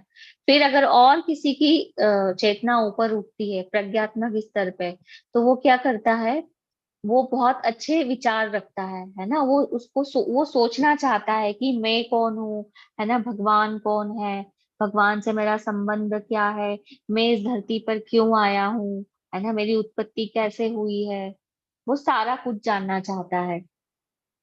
फिर अगर कोई किसी की चेतना आध्यात्मिक स्तर पे होती है, तो वो फिर भगवान से जुड़ जाता है ना, भगवान की सेवा करता है, और हमेशा खुश रहता है, हैप्पी रहता है सारे कल्मशों से। जब किसी की चेतना बहुत ज्यादा ऊपर चली जाती है ना, आध्यात्मिक स्तर पे, तो फिर वो सारे भौतिक कल्मशों से, इस संसार की जितनी भी, कहना चाहिए कि बुराइयां, है ना, या गंदगी है, उससे बहुत वो ऊपर उठ जाता है, और फिर हमेशा हैप्पी रहता है, उसका मूड कभी भी इस तरीके के डाउनफॉल में नहीं जाता है, ठीक है। तो ये हमारी चेतना के स्तर बताए गए हैं यहाँ पे इस चार्ट द्वारा। हरे कृष्णा। अभी 42 श्लोका के माध्यम से हम लोग देखते हैं भगवान क्या बता रहे हैं।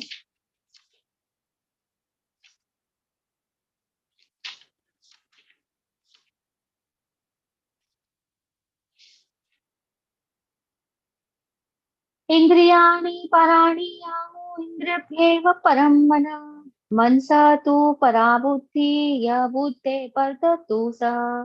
कर्म इंद्रियां जड़ पदार्थ की अपेक्षा श्रेष्ठ है। तो 42, एक मिनट, 42 नंबर का ना, अच्छा ये 2.42 है, मैंने सॉरी गलत पढ़ लिया, मैंने 3 चैप्टर का पढ़ लिया है, मुझे दूसरे चैप्टर का पढ़ना है।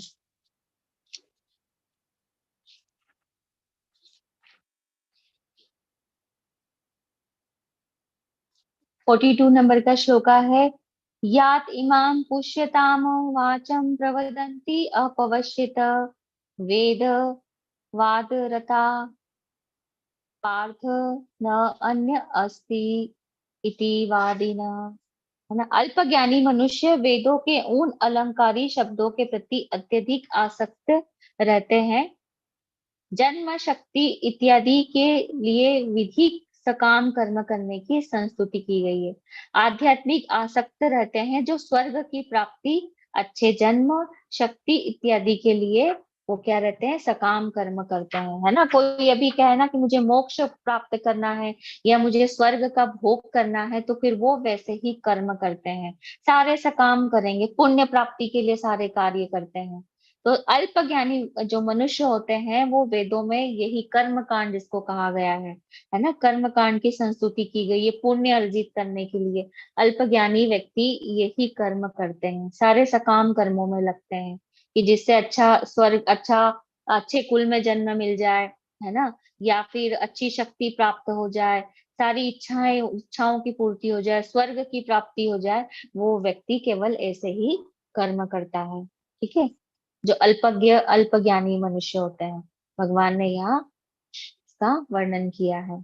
हरे कृष्णा। लेकिन जो बुद्धिमान होता है, बुद्धिमान इन सबसे ऊपर उठता है। देखिए ये हमारी इंद्रियां हैं। अभी देखिए कौन कौन सी इंद्रियां हैं हमारी। क्या ये 5 घोड़े हैं जो इंद्रियों के रूप में है ना, और उनपे जो ये रस्सियां हैं, रस्सियां किसने कंट्रोल कर रखी है, किसके हाथ में है, ये भी हम लोग समझते हैं। तो ये 5 हमारी ज्ञान इंद्रियां हैं जिसके द्वारा हमें ज्ञान मिलता है। ठीक है, कि क्या है, जैसे आंख है सबसे पहली, है ना, ये ज्ञान इंद्रिय है। फिर नाक बताई गई है, फिर हमारे कान बताए गए हैं, फिर क्या बताई गई है, हमारी त्वचा, और फिर हमारी जीवा। इस तरीके से ये हमारी 5 ज्ञान इंद्रियां हैं। तो ये घोड़े के रूप में एक उदाहरण स्वरूप बताया गया है। ठीक है, तो अभी इन घोड़ों को कंट्रोल कौन कर रहा है, इन घोड़ों को ये रस्सी कंट्रोल कर रही है ना। तो ये रस्सी जो है ये हमारा मन है ना, हमारा माइंड है ये। तो माइंड ही हमारे इंद्रियों को कंट्रोल करता है। और ये माइंड को कंट्रोल कौन करता है, मन को कंट्रोल कौन करता है, बुद्धि, है ना। बुद्धि के माध्यम से हम मन को कंट्रोल कर सकते हैं। और इसके पास में कौन है, आत्मा है ना। आत्मा सब इन चीजों से कवर अप रहती है। ठीक है, ढकी हुई रहती है। इसीलिए इसकी निकटम पड़ोसी, बुद्धि के निकट पड़ोसी आत्मा है। ठीक है, तो हमें इंद्रियों के लेवल पर ही सारी चीजों को रोकना चाहिए। तो अभी भगवान यहाँ क्या बता रहे हैं, अतः कर्म फल से आसक्त हुए बिना मनुष्य को अपना कर्तव्य समझकर निरंतर कर्म करते रहना चाहिए, क्योंकि अनासक्त होकर कर्म करने से परब्रह्म की प्राप्ति होती है ना। हमें फल की इच्छा इतनी नहीं करना चाहिए, आसक्त नहीं होना चाहिए, है ना, उस फल से। हमें सिर्फ और सिर्फ अपना कर्तव्य समझकर केवल कर्म करना चाहिए, भगवान यहाँ समझा रहे हैं। जैसे हम एक उदाहरण से समझते हैं कि मैं कोई अगर बुक लिख रही हूँ, है ना, तो बुक लिखना मेरे हाथ में है ना, पब्लिश होना तक भी मेरे हाथ में है। लेकिन वो कोई व्यक्ति उसको पढ़ेगा या ना पढ़ेगा, कितनी बुक्स बिकेगी या नहीं बिकेगी, वो मेरे हाथ में नहीं है ना। कर्म करना जो था, कि बुक लिखना था, वो मैंने लिख दिया। अभी उससे आसक्त नहीं होना है कि कितनी बुक्स बिकेगी या ना बिकेगी, है ना। तो इस तरीके से हम समझ सकते हैं कि कर्म से आसक्त हुए बिना हम निरंतर अपना कर्तव्य समझकर कार्य करना चाहिए। हरे कृष्णा। अभी 21 श्लोका अर्जुन के लिए बहुत अच्छा बोला गया है भगवान द्वारा, है ना। अभी हम वो लोग देखते हैं।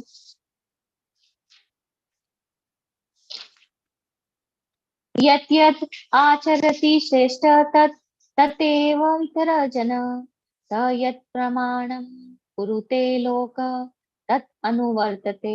महापुरुष जो जो आचरण करता है, सामान्य व्यक्ति उसी का अनुसरण करते हैं। वह अपनी अनुसरणीय कार्यों से जो आदर्श प्रस्तुत करता है, संपूर्ण विश्व उसका अनुसरण करता है। अभी आप देखते हैं कि परिवार में है, परिवार में माता पिता है ना।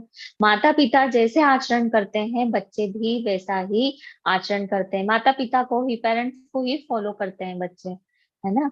तो उसी तरीके से जब अगर महापुरुष जैसा आचरण करते हैं, हम लोग सामान्य तो देखते हैं ना समाज में कि कोई समाज के बहुत वरिष्ठ लोग हैं, है ना, तो वो जैसा आचरण करेंगे हम भी वैसा ही आचरण करेंगे। तो भगवान अर्जुन को यहाँ यही समझा रहे हैं कि तुम एक अच्छा एग्जाम्पल सेट करो। अगर तुम युद्ध छोड़कर जाओगे तो पीछे के लोग भी ऐसा ही करेंगे, है ना। वो अपने कर्तव्य से विमूढ़ होंगे, कर्तव्य छोड़ देंगे, है ना। तुमको यहाँ पे युद्ध में लगना चाहिए, भगवान इस तरीके से यहाँ समझा रहे हैं। हरे कृष्ण।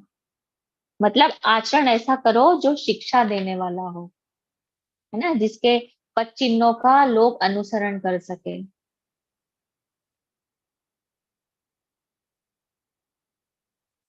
जीवात्मा अहंकार के प्रभाव से मोहग्रस्त होकर अपने आप को समस्त कर्मों का कर्ता मान बैठता है ना। जबकि वास्तव में प्रकृति के तीनों गुणों द्वारा संपन्न किया जाता है। देखिए जीवात्मा क्या होती है, इतने अहंकार के प्रभाव में है ना, हम लोग, हमारे में फॉल्स ईगो है, हम लोग मिथ्या अहंकार से प्रभावित है। तो हम समस्त क्या करते हैं कि हम सारे कार्यों का कर्ता मान बैठते हैं अपने आप को। लेकिन वास्तव में कर्ता कौन होते हैं? प्रकृति के तीनों गुण होते हैं। सतो, रजो और तमो गुणों के प्रभाव से ही हमारे कार्य संपन्न किए जाते हैं, है ना। उसको हम आगे के अध्याय में विस्तृत रूप से तीनों गुणों को समझेंगे। हरे कृष्णा। अर्जुन ने कहा, हे वृषणिवंशी, मनुष्य न चाहते हुए भी पाप कर्मों के लिए प्रेरित क्यों होता है? ऐसा लगता है कि उसे बलपूर्वक उसे लगाया जा रहा है, बलपूर्वक उसमें लगाया जा रहा है ना। कई बार हम देखते हैं कि आ, हमारी इच्छा नहीं होती है ना, लेकिन फिर भी हमसे वो कार्य हो जाता है। तो अर्जुन यहाँ पे वो ही पूछना चाह रहे हैं, मतलब इच्छा नहीं है फिर भी वो पाप का कारण बन जाता है। तो इसका उत्तर अभी भगवान देते हैं। हरे कृष्णा। 38 श्लोका में भगवान दे रहे हैं।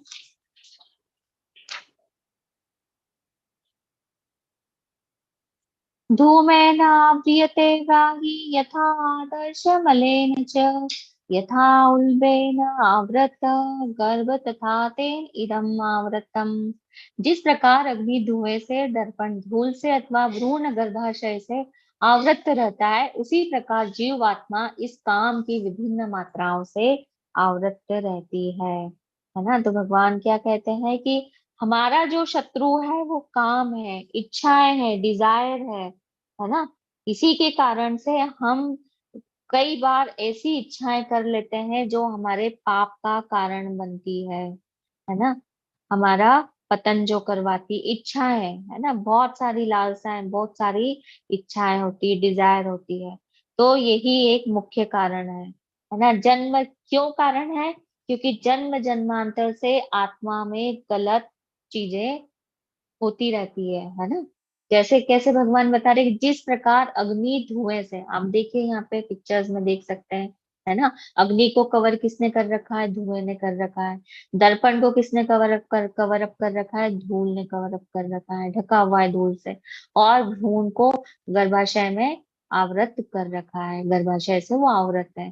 तो इसी प्रकार जीव आत्मा भी कई जन्मों से इस काम रूपी, है ना, इच्छाओं रूपी से विभिन्न मात्राओं से आवृत है वो। ठीक है। कभी किसी में ऐसा रहता है कि कुछ अंश ज्यादा रहती है, इच्छाएं बहुत ज्यादा रहती है, किसी में कम रहती है ना।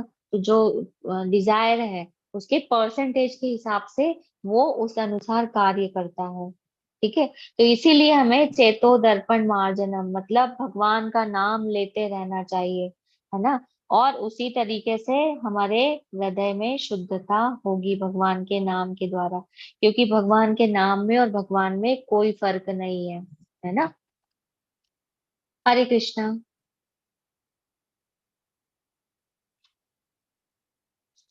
छोटी श्लोका से भगवान कह रहे हैं,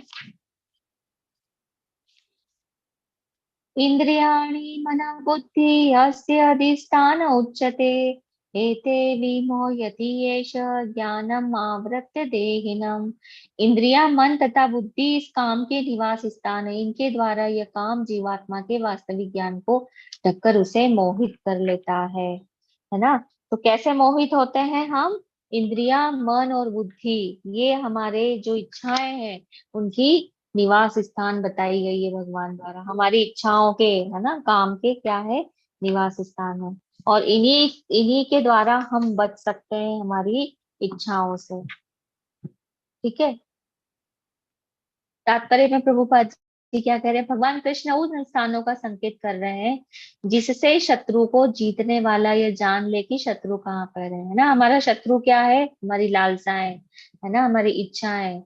तो अभी हमारा शत्रु हमें पता चल गया, लेकिन ये कहाँ है?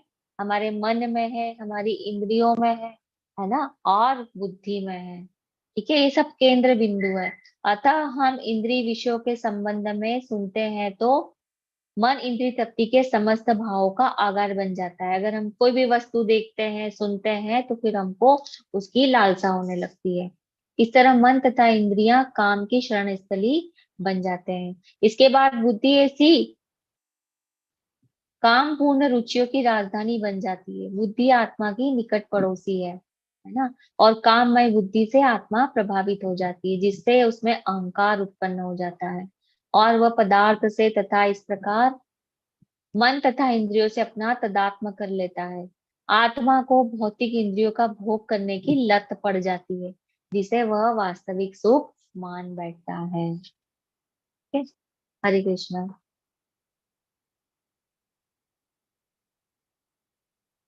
मतलब जो हमारी लालसाएं होती है, डिजायर होती, काम होती है, काम जो है वो हमारे हमको पतन की ओर धकेलता है, उससे हमारा पतन होता है।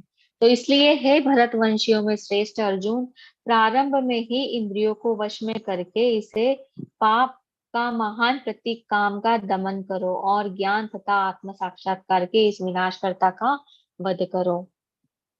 ठीक है, तो अर्जुन को भगवान यहाँ इस तरीके से समझा रहे हैं। इंद्रियों के लेवल पे ही हमें रोक देना चाहिए।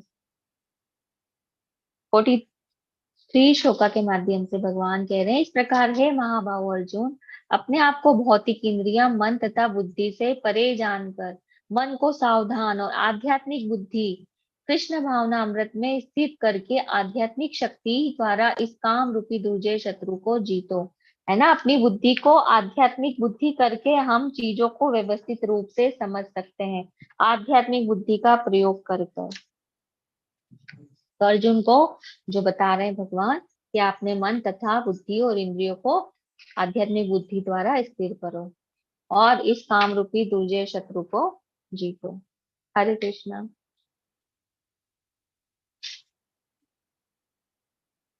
तो प्रभुपाद जी के कुछ शब्द। भगवत गीता का यह तृतीय अध्याय निष्कर्ष मनुष्य को निर्देश देता है कि वह निर्विशेष शून्यवाद को चरम लक्ष्य न मानकर अपने आप को भगवान का शाश्वत सेवक समझते हुए कृष्ण भावनामृत में प्रवृत्त हो। भौतिक जीवन में मनुष्य काम तथा प्रकृति पर प्रभुत्व जताने की इच्छा से प्रभावित होता है। प्रभुत्व तथा इंद्रिय तृप्ति की इच्छाएं बद्ध जीवन की परम शत्रु है, किंतु कृष्ण भावनामृत की शक्ति से मनुष्य इंद्रियों मन तथा बुद्धि पर नियंत्रण रख सकता है। इसके लिए मनुष्य को सहसा अपने नियत कर्मों को बंद करने की आवश्यकता नहीं है, अपितु धीरे धीरे कृष्ण भावनामृत विकसित करके भौतिक इंद्रियों तथा मन से प्रभावित हुए बिना अपने शुद्ध स्वरूप के प्रति लक्ष्य स्थिर बुद्धि से दिव्य स्थिति को प्राप्त हुआ जा सकता है। यही इस अध्याय का सारांश है। सांसारिक जीवन के अपरिपक्व अवस्था में दार्शनिक चिंतन तथा यौगिक आसनों के अभ्यास से इंद्रियों को वश में करने की कृत्रिम प्रयासों से आध्यात्मिक जीवन प्राप्त करने में सहायता नहीं मिलती। उसे श्रेष्ठ बुद्धि द्वारा कृष्ण भावनामृत में प्रशिक्षित होना चाहिए। ठीक है, तो ये तीसरा अध्याय यहीं पे समाप्त हुआ।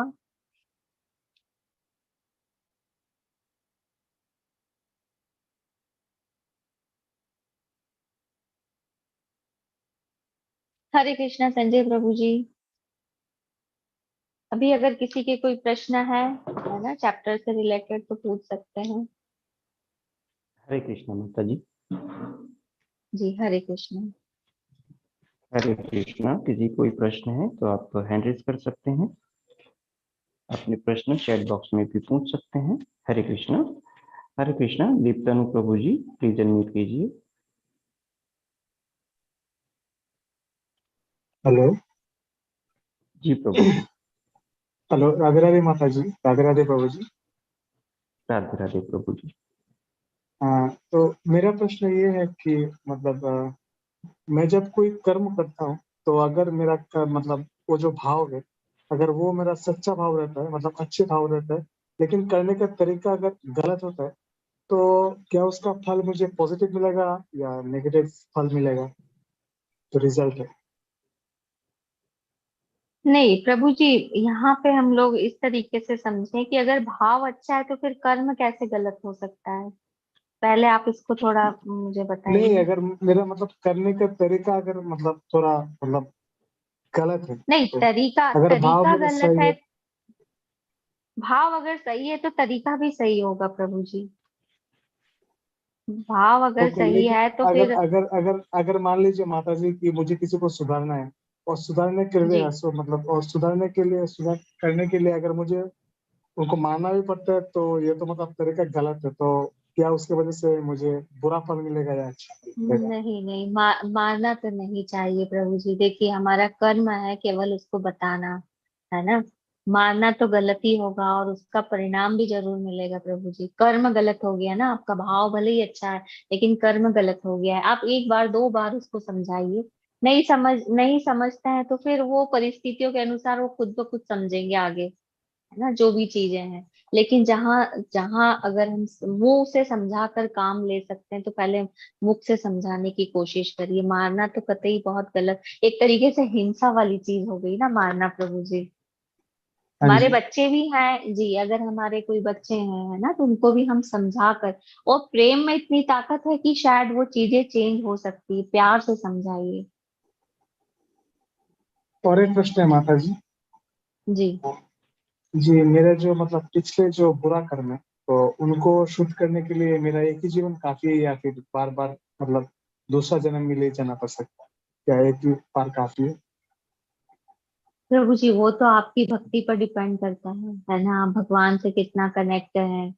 अब चाहे तो वो भगवान ने अभी ही सारी चीजें, अगर भक्ति बहुत अच्छे से करता है कोई व्यक्ति तो सारी चीजें उसकी मुक्त कर देते हैं भगवान, सारे कर्मों से, है ना, सारे प्रारब्धों से, है ना। ये अपने ऊपर डिपेंड है कि हम भक्ति कितनी शुद्धता से कर रहे हैं भगवान की, भगवान से कितनी शुद्धता से हम कनेक्ट है ना। चाहे तो 1 मिनट में भगवान कर दे, और नहीं तो चाहे तो हजारों जन्म लेना पड़ सकते हैं प्रभु जी, है ना। ये हमारे भाव और हमारी शुद्धता के ऊपर डिपेंड है कि हमारा मन और माता कितना जी, शुद्ध हमें पवित्र तो है। मतलब गीता में बताया जाता है कि मतलब इसको मतलब जितना हो सके उतना अच्छा कर्म करना चाहिए और एक अच्छा कर्म दूसरा अच्छा करने के लिए मतलब प्रभावित करता है। तो मेरा प्रश्न ये है कि मतलब ये ये जो मतलब कर्म का जो चक्र है सर, उससे मुक्ति के लिए मेरा कौन सा कर्म करना बिल्कुल मतलब अच्छा बिल्कुल होगा? बिल्कुल बिल्कुल, बहुत अच्छा प्रश्न है प्रभु जी। वो जो, देखिए अच्छे कर्म करेंगे तो उसका रिएक्शन या उसका फल क्या मिलेगा हमें? पुण्य मिलेगा, ठीक है। बुरे कर्म करेंगे तो उसका रिएक्शन क्या मिलेगा? हमें पाप मिलेगा। इसलिए हमें आध्यात्मिक कर्म या कृष्ण भावना भावित कर्म करना चाहिए, है ना। भगवान के लिए सारे कर्म करना चाहिए, भगवान को अर्पित करके करना चाहिए। अगर खाना खा रहे हैं भगवान को अर्पित करके करिए, कहीं जा रहे हैं भगवान को बोल के जाइए, है ना। भगवान को सेंटर में रख के करिए, तो उससे हम कर्म के बंधनों में नहीं फंसते हैं, है ना। क्योंकि पाप और पुण्य अगर प्राप्त करते हैं तो फिर इस बंधन में फंस जाएंगे, वापस इस भौतिक संसार में हमको जन्म लेना पड़ेगा, है ना, उन कर्मों का फल को भोगने के लिए, है ना, या स्वर्ग में जन्म लेना पड़ेगा। लेकिन जब कोई व्यक्ति भगवान श्री कृष्ण के लिए कर्म करते हैं तो फिर वो कर्म के बंधनों में नहीं फंसता है ना। वो सारा पाप और पुण्य से ऊपर है ना। इस तरीके से हम समझ सकते हैं। तो केवल और और केवल माता जी भगवान के लिए मतलब कर्म करिए। और माता जी जी मतलब जी, बुरे कर्मों से कैसे मतलब खुद को बचा भगवान के के रहे? शरण में जाकर, भगवान के शरण में जाकर प्रभु जी, जब हम हमारी बुद्धि को आध्यात्मिक करेंगे ना तो बुरे कर्म हमसे कुछ भी नहीं होंगे।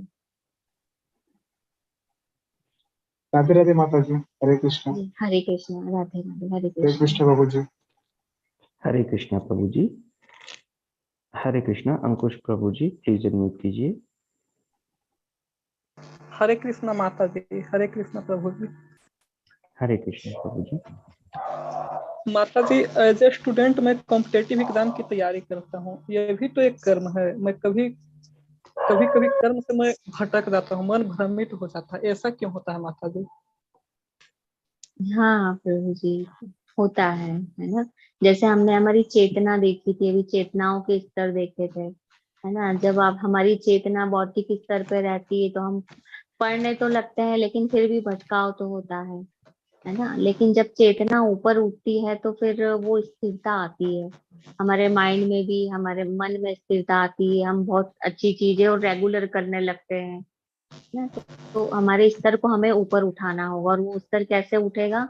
भगवान के नाम के जप से उठेगा, है ना। जब तक आप भगवान से कनेक्ट नहीं होंगे तब तक स्थिति ऐसी ही रहती है, व्यक्ति में अस्थिरता रहती है।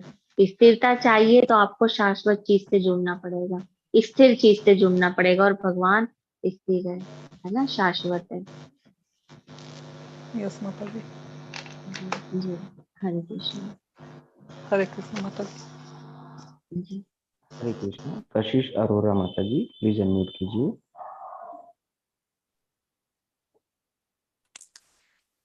कृष्ण माता जी। हरे कृष्ण प्रभु जी। हरे कृष्णा माता जी। हेलो जी माता जी प्रश्न कीजिए। माता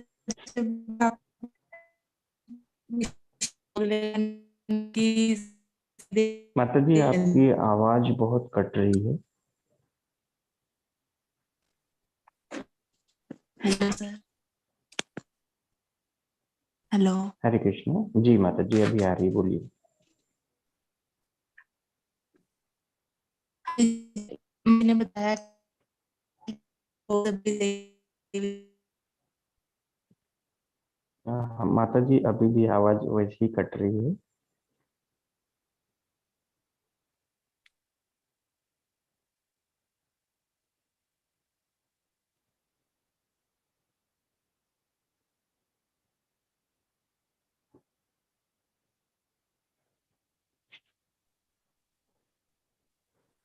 माता जी चैट हेलो बॉक्स में प्रश्न है। जी माता जी।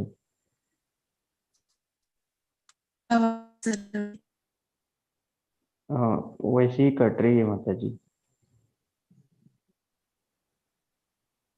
चलो फिर पूछ लूँ, कोई बात जी अभी आ रही थी वैसे माता जी, अभी एक बार बोलिए थोड़ा। नहीं। कि कृष्ण नहीं आ रही माता जी। नहीं आप आपका माता जी, प्रश्न जो माता है जी आपका वो नेटवर्क इशू हो रहा है। आप आपका प्रश्न टाइप करके ये कर दीजिए माता जी, हम पूछ लेते हैं। कृष्ण। हरे कृष्ण माता जी। माता जी लक्ष्मी माता जी का प्रश्न है कि मन पर स्थिरता कैसे पाएं। बिल्कुल, मन पे स्थिरता भगवान का नाम जप करके आप ला सकते हैं, है ना। और एक यही साधन है मन को स्थिर करने का, है ना। और कोई साधन नहीं। आप ध्यान करेंगे मन भटकेगा, है ना। सब कुछ मतलब मन कहीं भी एक जगह नहीं रहता है ना, चंचल है हमारा मन। तो केवल भगवान के नाम में लगा कर, क्योंकि मन भी हमारी हमारी इंद्रियां है ना। और इसमें हम आगे के अध्याय में भगवान बताते हैं कि मन भी भगवान का ही एक स्वरूप है ना। उनकी विभूति है, भगवान की शक्ति है एक तरीके से। तो जब हम कोई चीज भगवान की सेवा में लगा देते हैं तो वो स्थिर होने लगती है ना। हमारे सारे इंद्रियों के स्वामी कौन है? भगवान श्री कृष्ण है, ऋषिकेश, है ना। तो वो हम लगा देंगे तो उससे स्थिरता आने लगेगी।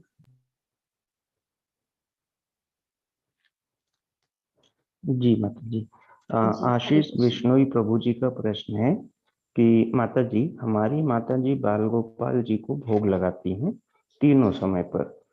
मैं खुद के भोजन से भोग नहीं लगाता हूँ, तो क्या ये चोरी हुई? तो क्या ये पाप है? प्रभु जी भोग लगाते हैं, लेकिन अगर वो ही भोग हम हमारे भोजन में शामिल करके खा रहे हैं, है ना, तो वो पाप या चोरी नहीं कही जाएगी। लेकिन अगर आप बिना प्रसादम के खा रहे हैं तो वो एक तरीके से पाप पूर्ण नहीं माना जाएगा। हम जो भक्त होते हैं ना भगवान के, वो सिर्फ और सिर्फ भगवान का भोग लगाया हुआ ही खाते हैं, है ना। तो भगवान को अगर आप लगा रहे हैं तो उसका थोड़ा सा अंश अपने भोजन में शामिल करिए, है ना। लग रहा है बहुत अच्छी बात है, लेकिन उसको अपने भोजन में शामिल करिए, प्रसादम के रूप में ग्रहण करिए।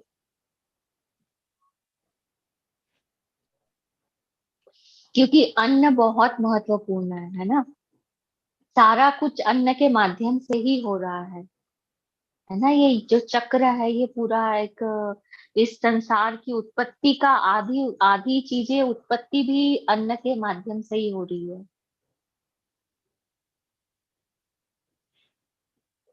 हरे कृष्ण प्रभु जी। हरे कृष्ण माता जी। सुम्मी मंडल माता जी का प्रश्न है कि हम अगर भगवान को डेली अन्न का भोग अर्पित नहीं कर पाए घर के प्रॉब्लम्स की वजह से, तो क्या हम क्या करें? क्या ये या उससे पाप होता है? माता जी देखिए, अभी हमने भगवत गीता में पढ़ा है ना। अगर हम भगवान को भोग अर्पित करके नहीं खाते हैं तो वो एक तरीके से चोरी ही है ना, पाप खाने जैसा ही है। लेकिन अभी आप स्टार्टिंग फेज में है, अगर स्टार्ट करना चाह रहे हैं, भगवान से जुड़ना चाह रहे हैं, तो आप अभी कुछ भी अर्पित करिए, है ना।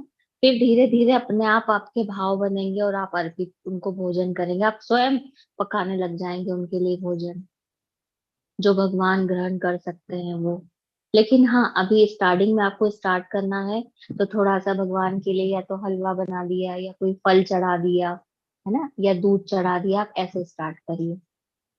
उनके लिए कर्म करना स्टार्ट करिए आप पहले, और वो ही सबको आप बांटिए, घर में जितने भी मेंबर है, जितने भी सदस्य है, वो खिलाइए। फिर धीरे धीरे सबके भावों में चेंजेस होगा। हरे कृष्ण। हरे कृष्णा माता जी। कशिश अरोरा माता जी का प्रश्न है कि जैसा अभी माता जी ने कहा कि कृष्ण जी को भोग लगाने से सभी देवी देवता को भोग लग जाता है, उनकी पूजा करने से सबकी पूजा हो जाती है। तो अगर कोई पहले हनुमान जी या माता जी को मानता है, तो फिर सिर्फ कृष्ण जी की भक्ति से बाकी भगवान जी को बुरा और उनके प्रति श्रद्धा के प्रति हमारे मन में फर्क क्यों पड़ता है?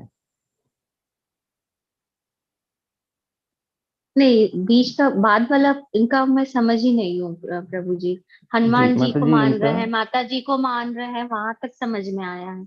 बाद में क्या जी कहना चाह जी रहे हैं ये? बाद में इनका ये है कि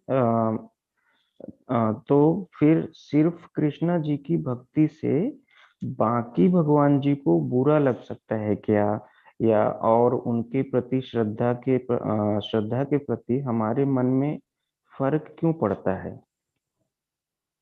नहीं, देखिए, पहले तो ये समझिए कि अभी हमने भगवत गीता में देखा, भगवान ने बताया कि जितने भी देवी देवता है वो सब भगवान श्री कृष्ण के अंग स्वरूप है ना। अगर हम देवी देवताओं की पूजा न करके भगवान श्री कृष्ण को पूज रहे हैं, उनका नाम जप कर रहे हैं, तो किसी को भी कोई बुरा नहीं लगता है, वो तो उल्टा प्रसन्न होंगे, क्योंकि वो खुद स्वयं भजते हैं भगवान श्री कृष्ण को, है ना। अभी आप शिव जी को देखेंगे, हमेशा ध्यान में मग्न रहते हैं, समाधि में रहते हैं, तो वो किनका ध्यान करते हैं? किसी का तो ध्यान करते हैं ना।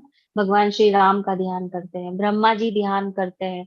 तब पहले उनको जब उत्पत्ति हुई थी, तब शब्द उनके कानों में सुनाई दिया था, है ना, उन्होंने ध्यान करा, तब भगवान श्री कृष्ण ने उनको सारा नॉलेज दिया, सारा ज्ञान दिया। तो कभी ये नहीं सोचना चाहिए कि इन देवताओं को बुरा लगेगा या उनको नहीं लगेगा। उल्टा वो प्रसन्न होते हैं कि हाँ, ये भगवान की भक्ति कर रहा है। और शिव तो ऐसे देवता है कि अगर कोई भगवान का नाम उनके सामने ले रहा है, कृष्ण भज रहा है, राम भज रहा है, तो उनको बहुत प्रसन्नता होती है, बहुत प्रसन्न होते हैं वो, है ना। हाँ, और अगर आपका दूसरा प्रश्न है कि श्रद्धा, है ना, अभी जैसे अगर आप हनुमान जी को मान रहे हैं या माता जी को मान रहे हैं, है ना, तो भगवान क्या करते हैं? परमात्मा तो हमारे अंदर ही है ना। हमने अभी देखा था भगवान का रियलाइजेशन के 3 तरीके पहले अध्याय में। तो जब परमात्मा हमारे अंदर है, वो हमारे मन के भावों को जान रहे हैं कि हमारी श्रद्धा किस में जा रही है, तो भगवान क्या करते हैं? भगवान फिर उस व्यक्ति की श्रद्धा उसी देवी देवताओं में दृढ़ कर देते हैं कि हाँ, तुम इसको भगवान मान रहे, तो तुम इसी को मानो, ये तुमको यही रियलाइजेशन होगा कि यही भगवान है ना। लेकिन वास्तव में भगवान केवल एक होते हैं। ठीक है, तो श्रद्धा भी इसी के आधार पे बनती है, भगवान स्वयं दृढ़ करते हैं श्रद्धा। हरे कृष्णा। हरे कृष्ण माता जी। महेंद्र गोंड प्रभु जी का प्रश्न है कि गीता में भगवान श्री कृष्ण कहते हैं कि इस दुनिया में जो भी होता है वो सब कृष्ण भगवान की मर्जी से होता है, तो मैं जो करता हूँ वो सब तो प्रभु की मर्जी से ही होता होगा। पाप या पुण्य यह सब क्या है? तो सब तो प्रभु की माया ही है। क्या पाप और या पुण्य? नहीं प्रभु जी, है ना, ऐसा ऐसा नहीं समझा जाता है। अगर सब कुछ भगवान की मर्जी से हो रहा है, तो फिर हम यहाँ क्यों हैं? हमें तो फिर भगवान के पास ही रहना चाहिए ना, इस जगत में क्या कर रहे हैं हम लोग, है ना। सब कुछ भगवान की मर्जी से तो होता है, लेकिन भगवान ने क्या दिया है हमको? एक इच्छा दी है सूक्ष्म स्वतंत्र इच्छा दे रखी है भगवान ने, है ना। और जब हम कोई इच्छा करते हैं तो उसी के अनुसार हमारे जीवन में परिणाम होते हैं, है ना। और वो इच्छा अगर होती है तो फिर जो प्रकृति के 3 गुण हैं वो गुण हमें उस कर्मों में लगा देते हैं, है ना। और उसी के आधार पे हमको परिणाम प्राप्त होते हैं। तो कहीं ना कहीं जो हमारी जो सूक्ष्म इच्छा है वो जवाबदार है। अगर हम वो उस तरीके की इच्छा ही नहीं करेंगे तो ना पाप मिलेगा ना पुण्य मिलेगा। ठीक है। हरे कृष्ण। एक बहुत अच्छा हरे मैं इस कृष्ण। बारे में बताना चाहूंगी कि कुछ लोग ऐसे होते हैं कि जो बोलते हैं कि भगवान से मेरी क्या दुश्मनी है ना। मैं तो भगवान से कुछ भी नहीं मांगता हूँ। एक इच्छा मांगी थी, एक विश मांगी थी, फिर भी भगवान ने वो पूरी नहीं की, है ना। मैंने अच्छा बिजनेस मांगा था या मैंने अच्छी जॉब मांगी थी, है ना। तो इतने भगवान होकर भी मेरा एक काम नहीं किया, है ना। मेरे साथ ऐसी नाइंसाफी क्यों करते हैं। तो अपनी सारी जितनी भी नाकामयाबियां होती है या दोष होते हैं वो सब भगवान पर व्यक्ति डाल देता है ना। और या तो फिर वो नास्तिक बन जाता है ना। तो मैं ऐसे भगवान को क्यों मानूं जो मेरी एक इच्छा की भी पूर्ति ना कर सकते हैं। तो वो इसलिए व्यक्ति सोचता है कि उसको नॉलेज नहीं होता है ना। उसे समझ नहीं आता है कि मेरे साथ जो हो रहा है वो मेरे खुद के ही कर्मों के कारण हो रहा है ना। इसमें किसी और का भगवान का दोष नहीं है। कर्मों को अगर आप समझेंगे तो आपको ये रियलाइजेशन होगा कि कर्म ही हमें फंसाते हैं, इच्छा ही हमें फंसाती है। ठीक है। अगर नहीं मानते तो फिर हमें मुकेश अंबानी के पास, अनिल अंबानी के पास जन्म लेना था, है ना। उनके घर में हमको जन्म क्यों नहीं मिला, या किसी जानवर के शरीर में हमें जन्म क्यों नहीं मिला, है ना। तो इस जीवन के अच्छे और बुरे कर्मों के अनुसार ही हम अगला जीवन प्राप्त करते हैं, है ना। और अगले जीवन में सुख और दुख हमको मिलता है। आगे के अध्याय में आएगा, हम 9th या 10th श्लोका में ये देखें, सॉरी 9th और 10th अध्याय में देखेंगे, चैप्टर में देखेंगे इस बारे में, है ना। भगवान कभी किसी के साथ भेदभाव नहीं करते हैं। तो हमें कभी भी इस चीज का दोष भगवान को नहीं देना चाहिए। हम खुद ही दोषी हैं हमारे अच्छे और बुरे कर्मों के। लेकिन एक चीज है कि भगवत गीता को पढ़कर हम अच्छे कर्मों की शुरुआत कर सकते हैं। हमारी जो चेतना है, सोचने की क्षमता है, चेतना है, उसको हम चेंज कर सकते हैं, है ना। किस तरह से सोचना है वो हम भगवत गीता को पढ़कर जान सकते हैं। ठीक है। हरे कृष्ण।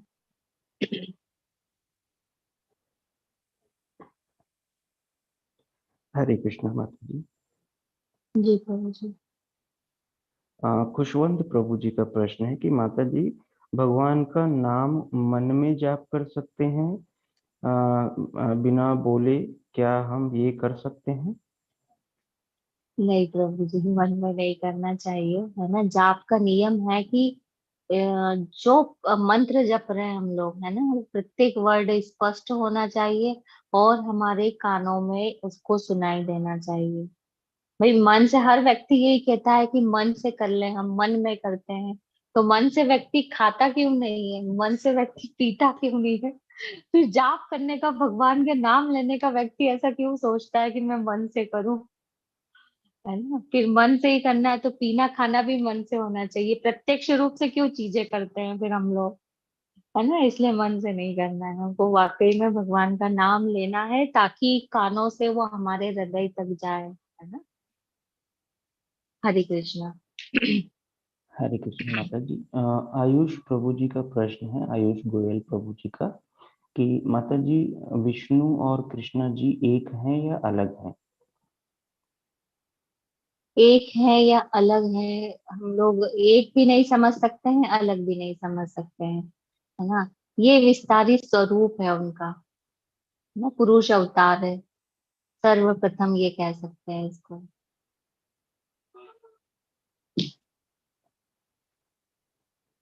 कशिश अरोरा माता जी का प्रश्न है कि भगवान को भोग लगाने का तरीका क्या है? मतलब उनके पास भोजन रख दो या उन्हें खुद अपने हाथों से खिलाओ? हाँ, अभी तो जैसे स्टार्टिंग में आप लोग भोग लगा रहे हैं तो पहले तो भगवान को क्या खिलाना है ये आप देखिए, है ना। भगवान को ऑनियन गार्लिक का भोग नहीं लगता है ना, उसके बिना वाला भोग लगता है। भगवान के सामने आप थाली में लेके जाइए, उनकी प्लेट्स अलग होना चाहिए, भगवान की थाली अलग होना चाहिए, प्लेट्स अलग होना चाहिए, गिलास अलग होना चाहिए, हमारे बर्तनों वाला नहीं होना चाहिए। जो भी उनका सेट है उसमें फिर भोग लगाइए। उसमें आप जो भी चावल है, दाल है, रोटी है, सब्जी है, वो अगर लेके जा रहे हैं तो रखिए भगवान के सामने। फिर उसमें तुलसी पत्र डालिए, है ना। अभी हम लोग क्या करते हैं, हम लोग तो आचमनी हम लोगों के यहाँ है, और आचमनी से फिर हम लोग भगवान श्री कृष्ण को और जो हमारे गुरु महाराज है, पहले गुरु महाराज का आह्वान करते हैं, उनको बुलाते हैं, है ना। और फिर कृष्णा को बोलते हैं कि आइए ये भोग ग्रहण करिए। गुरु महाराज को कहते हैं कि आप कृष्णा को ये भोग खिलाइए, है ना। मैं इतना सक्षम नहीं हूँ, या नहीं मैं इतनी सक्षम नहीं हूँ कि मैं भगवान को भोग खिला सकूं, है ना। हम गुरु से प्रार्थना करते हैं ये, क्योंकि गुरु भी भगवान के जैसे ही हैं, है ना। तो इसलिए हम गुरु वंदना करके उनसे प्रार्थना करते कि भगवान को भोग कराइए। लेकिन आप स्टार्ट करना चाह रहे हैं तो 3 बार उस पे जल घुमाकर आप भगवान को निवेदित कर सकते हैं कि आप भगवान ये भोग ग्रहण करिए, है ना। और हाथ से खिला दे तो भी कोई दिक्कत नहीं, आपके भाव शुद्ध है ना, कोई दिक्कत नहीं है उसमें। हरे कृष्णा। दीप्तनु प्रभु जी का प्रश्न है कि क्या किसी का बुरा कर्म के बारे में जानना हमारे कर्म को प्रभावित करता है? पूरे कर्मों को जानना या उसके बारे में बुरा सोचना? जी प्रभु जी, संजय प्रभु जी। जानना है माता जी। जानना है। हाँ, पर क्यों जानना उसके बुरे कर्मों को, हमको क्या लेना देना, है ना। नहीं जानना चाहिए। जो भी किया उन्होंने वो उनका कर्म है। अगर बुरा किया होगा तो उसके परिणाम उन्हीं को अच्छे बुरे मिलेंगे, है ना। हम मतलब एक कहते हैं ना कि उनके पाप के भागीदार हम क्यों बने जानकर भी। तो नहीं जानना चाहिए वैसे। हरे कृष्ण। हरे कृष्ण माता जी। जी आशीष बिश्नोई प्रभु जी बोलते हैं कि माला जप करने का सही तरीका बताइए। संजय प्रभु जी, आप बता दीजिए थोड़ा। जी, हरे जी कृष्ण। माता जी, माता जी हरे कृष्ण। ऐसे अभी तो शो कर नहीं पाऊंगा माता जी, एक्चुअली लाइट नहीं है हमारे यहाँ आज। अच्छा तो अच्छा। मैं ऐसे ही बताने की कोशिश करता हूँ। तो कल प्रभु हम जी लोग ले जैसे हम लेंगे माला। माला जी, लेके कल फिर मैं कल हम अभी बता मैं देंगे। बता देता जी हूँ फिलहाल, लेकिन कल जी। मैं माला के साथ में आपको बता दूंगा। तो जैसे प्रभु जी हमारी जो माला होती है उसमें अगर हम देखते हैं तो अभी जब हम शुरुआत करते हैं तो शुरुआत में हम कोई भी माला ले सकते हैं। अगर आप कोई भी जप नहीं करते एक भी, तो शुरुआत में माता आप जी, कोई भी माला मैं ले सकते बताऊं हैं। मैं बताऊं जी प्रभु मतलब जी, मेरा प्रभु जी मंत्र से जी, प्रभु जी जी जी एक है ना, 1 सेकंड में माता जी। जी।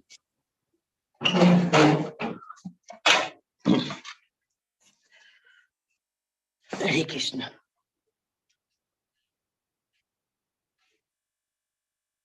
हरे कृष्ण। कैमरा को घुमा लेते हैं तब सुविधा होगा।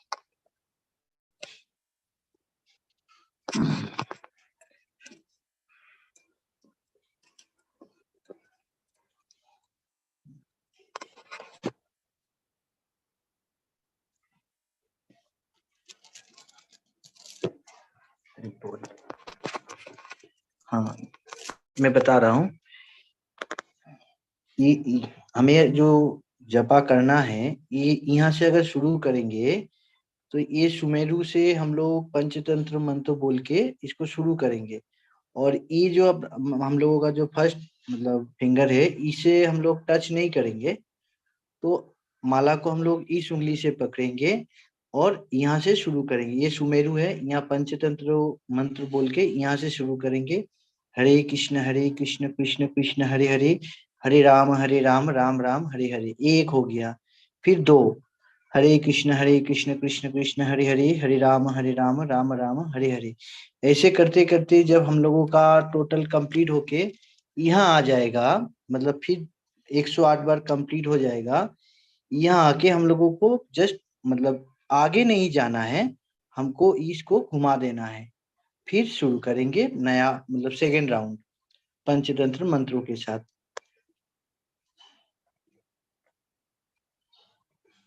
हरे कृष्ण। जी प्रभु जी, बहुत सुंदर प्रभु जी, और बहुत अच्छे इस उंगली से बताया हम आपने। लोग कभी टच नहीं, इस उंगली से हम लोग कभी टच नहीं करेंगे माला को, क्योंकि इस उंगली से हम लोग दूसरे का गलती हमेशा देखते हैं। हरि बोल। बहुत सुंदर प्रभु जी, बहुत बहुत धन्यवाद। बहुत और अच्छे से आपने बताया और और वीडियो भी माला बता दिया, ये बहुत अच्छी बात है। और माला हमेशा रहेगा हम लोगों का बैग में। माला किसी को दिखाना भी नहीं है कि हम माला कर रहे हैं, देखो सब देखो। माला हमको दिखाना नहीं है। जैसे हम दिखाते हैं माला, हम कैमरा को टर्न ऑन करते हैं मेरी तरफ, एक सेकेंड।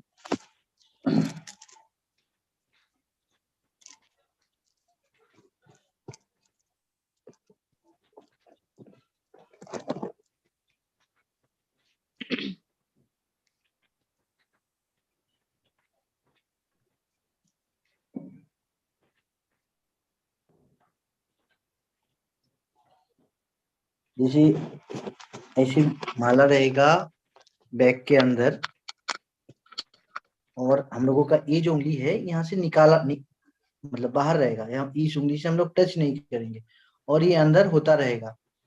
मतलब हम लोगों का जो सेकेंड फिंगर है उससे, और जो थंब फिंगर है इससे हम लोग अंदर ही अंदर करते रहेंगे। मतलब किसी को दिखाना नहीं है माला, मेरा माला ये है वो ऐसा है, ये अंदर होता रहेगा, तो नहीं दिखाना है अंदर। और हम लोग अंदर ही अंदर इसको मतलब महामंत्र जप करते रहेंगे। हर एक मोती में एक एक बार होगा। ऐसे करते करते हम लोग 108 बार कर लेंगे।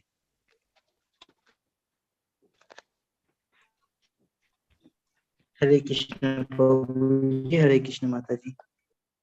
हरे कृष्णा प्रभु जी, बहुत सुंदर प्रभु जी। हरे कृष्णा, हरि बोल। जी संजय प्रभु जी।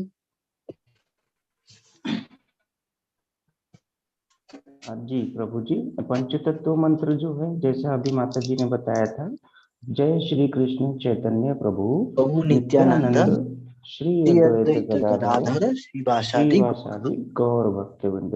आप देखिएगा पीपीटी जब हम शेयर करेंगे तो उसमें आपको ये पंचतत्व और महामंत्र जो है वो मिल जाएगा। पीपीटी शेयर कर दी गई है ग्रुप में, आप उसमें देख सकते हैं प्रभु जी।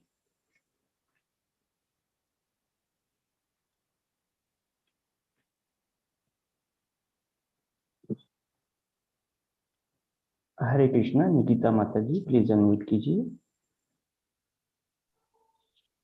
हरे कृष्ण प्रभु जी जो आपने माला को जैसे आगे नहीं बढ़ना है, उसको वहीं से पलट देना है, तो वो पलट किस जी तरह से पलटना है, एक बार आप दिखाएंगे? जी हरे कृष्णा प्रभु जी। जी हाँ जी प्रभु जी, प्लीज एक बार थोड़ा सा फिर से बता दीजिए कि माला कैसे टर्न करनी है।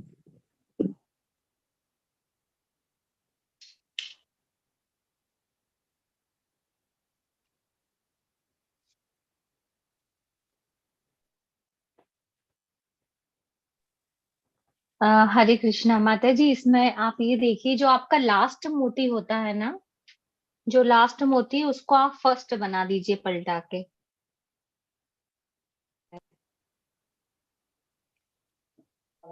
जी माता जी, मतलब जी उसी को ही हमें पलट के उसी जो लास्ट हमारा था उसी से हमें वापस स्टार्ट करना है, लास्ट से। जी जी जी जी जी, जी लास्ट माता, को फर्स्ट वैसे ही बनाकर वापस आ आपको जाए। वहीं से स्टार्ट करना है। जी जी माता जी जी, कुल मिला के हमें जो धन्यवाद। है सुमेरु को लांघना नहीं है।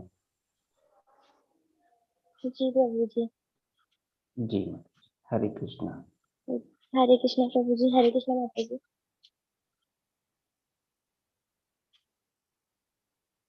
जी माता जी, प्रश्न हो गए हैं। हाँ जी प्रभु जी, ठीक है, फिर क्लास एंड करते हैं आज। जय श्री जी कृष्ण माता। चैतन्य प्रभु नित्यानंद श्री अद्वैत गदाधर श्री वासादि गौर भक्तवृंद। हरे कृष्णा कृष्णा कृष्णा हरे हरे, हरे राम राम राम हरे हरे। वांछा कल्पतरुभ्यस्य कृपा सिन्धुभ्येव च पतितानां पावनेभ्यो वैष्णवेभ्यो नमो नमः। अनंत कोटि वैष्णव वृंद की जय श्रील प्रभुपाद की जय। श्रीमद् भगवत जय गीता की जय। सभी को जय। हरे कृष्णा। संजय हरे प्रभु कृष्णा जी माता और जी। हरे जी कृष्णा माता दंडवत जी, दंडवत प्रणाम। प्रणाम। किरणदीप प्रभु को भी दंडवत प्रणाम मेरी तरफ से। हरे कृष्णा।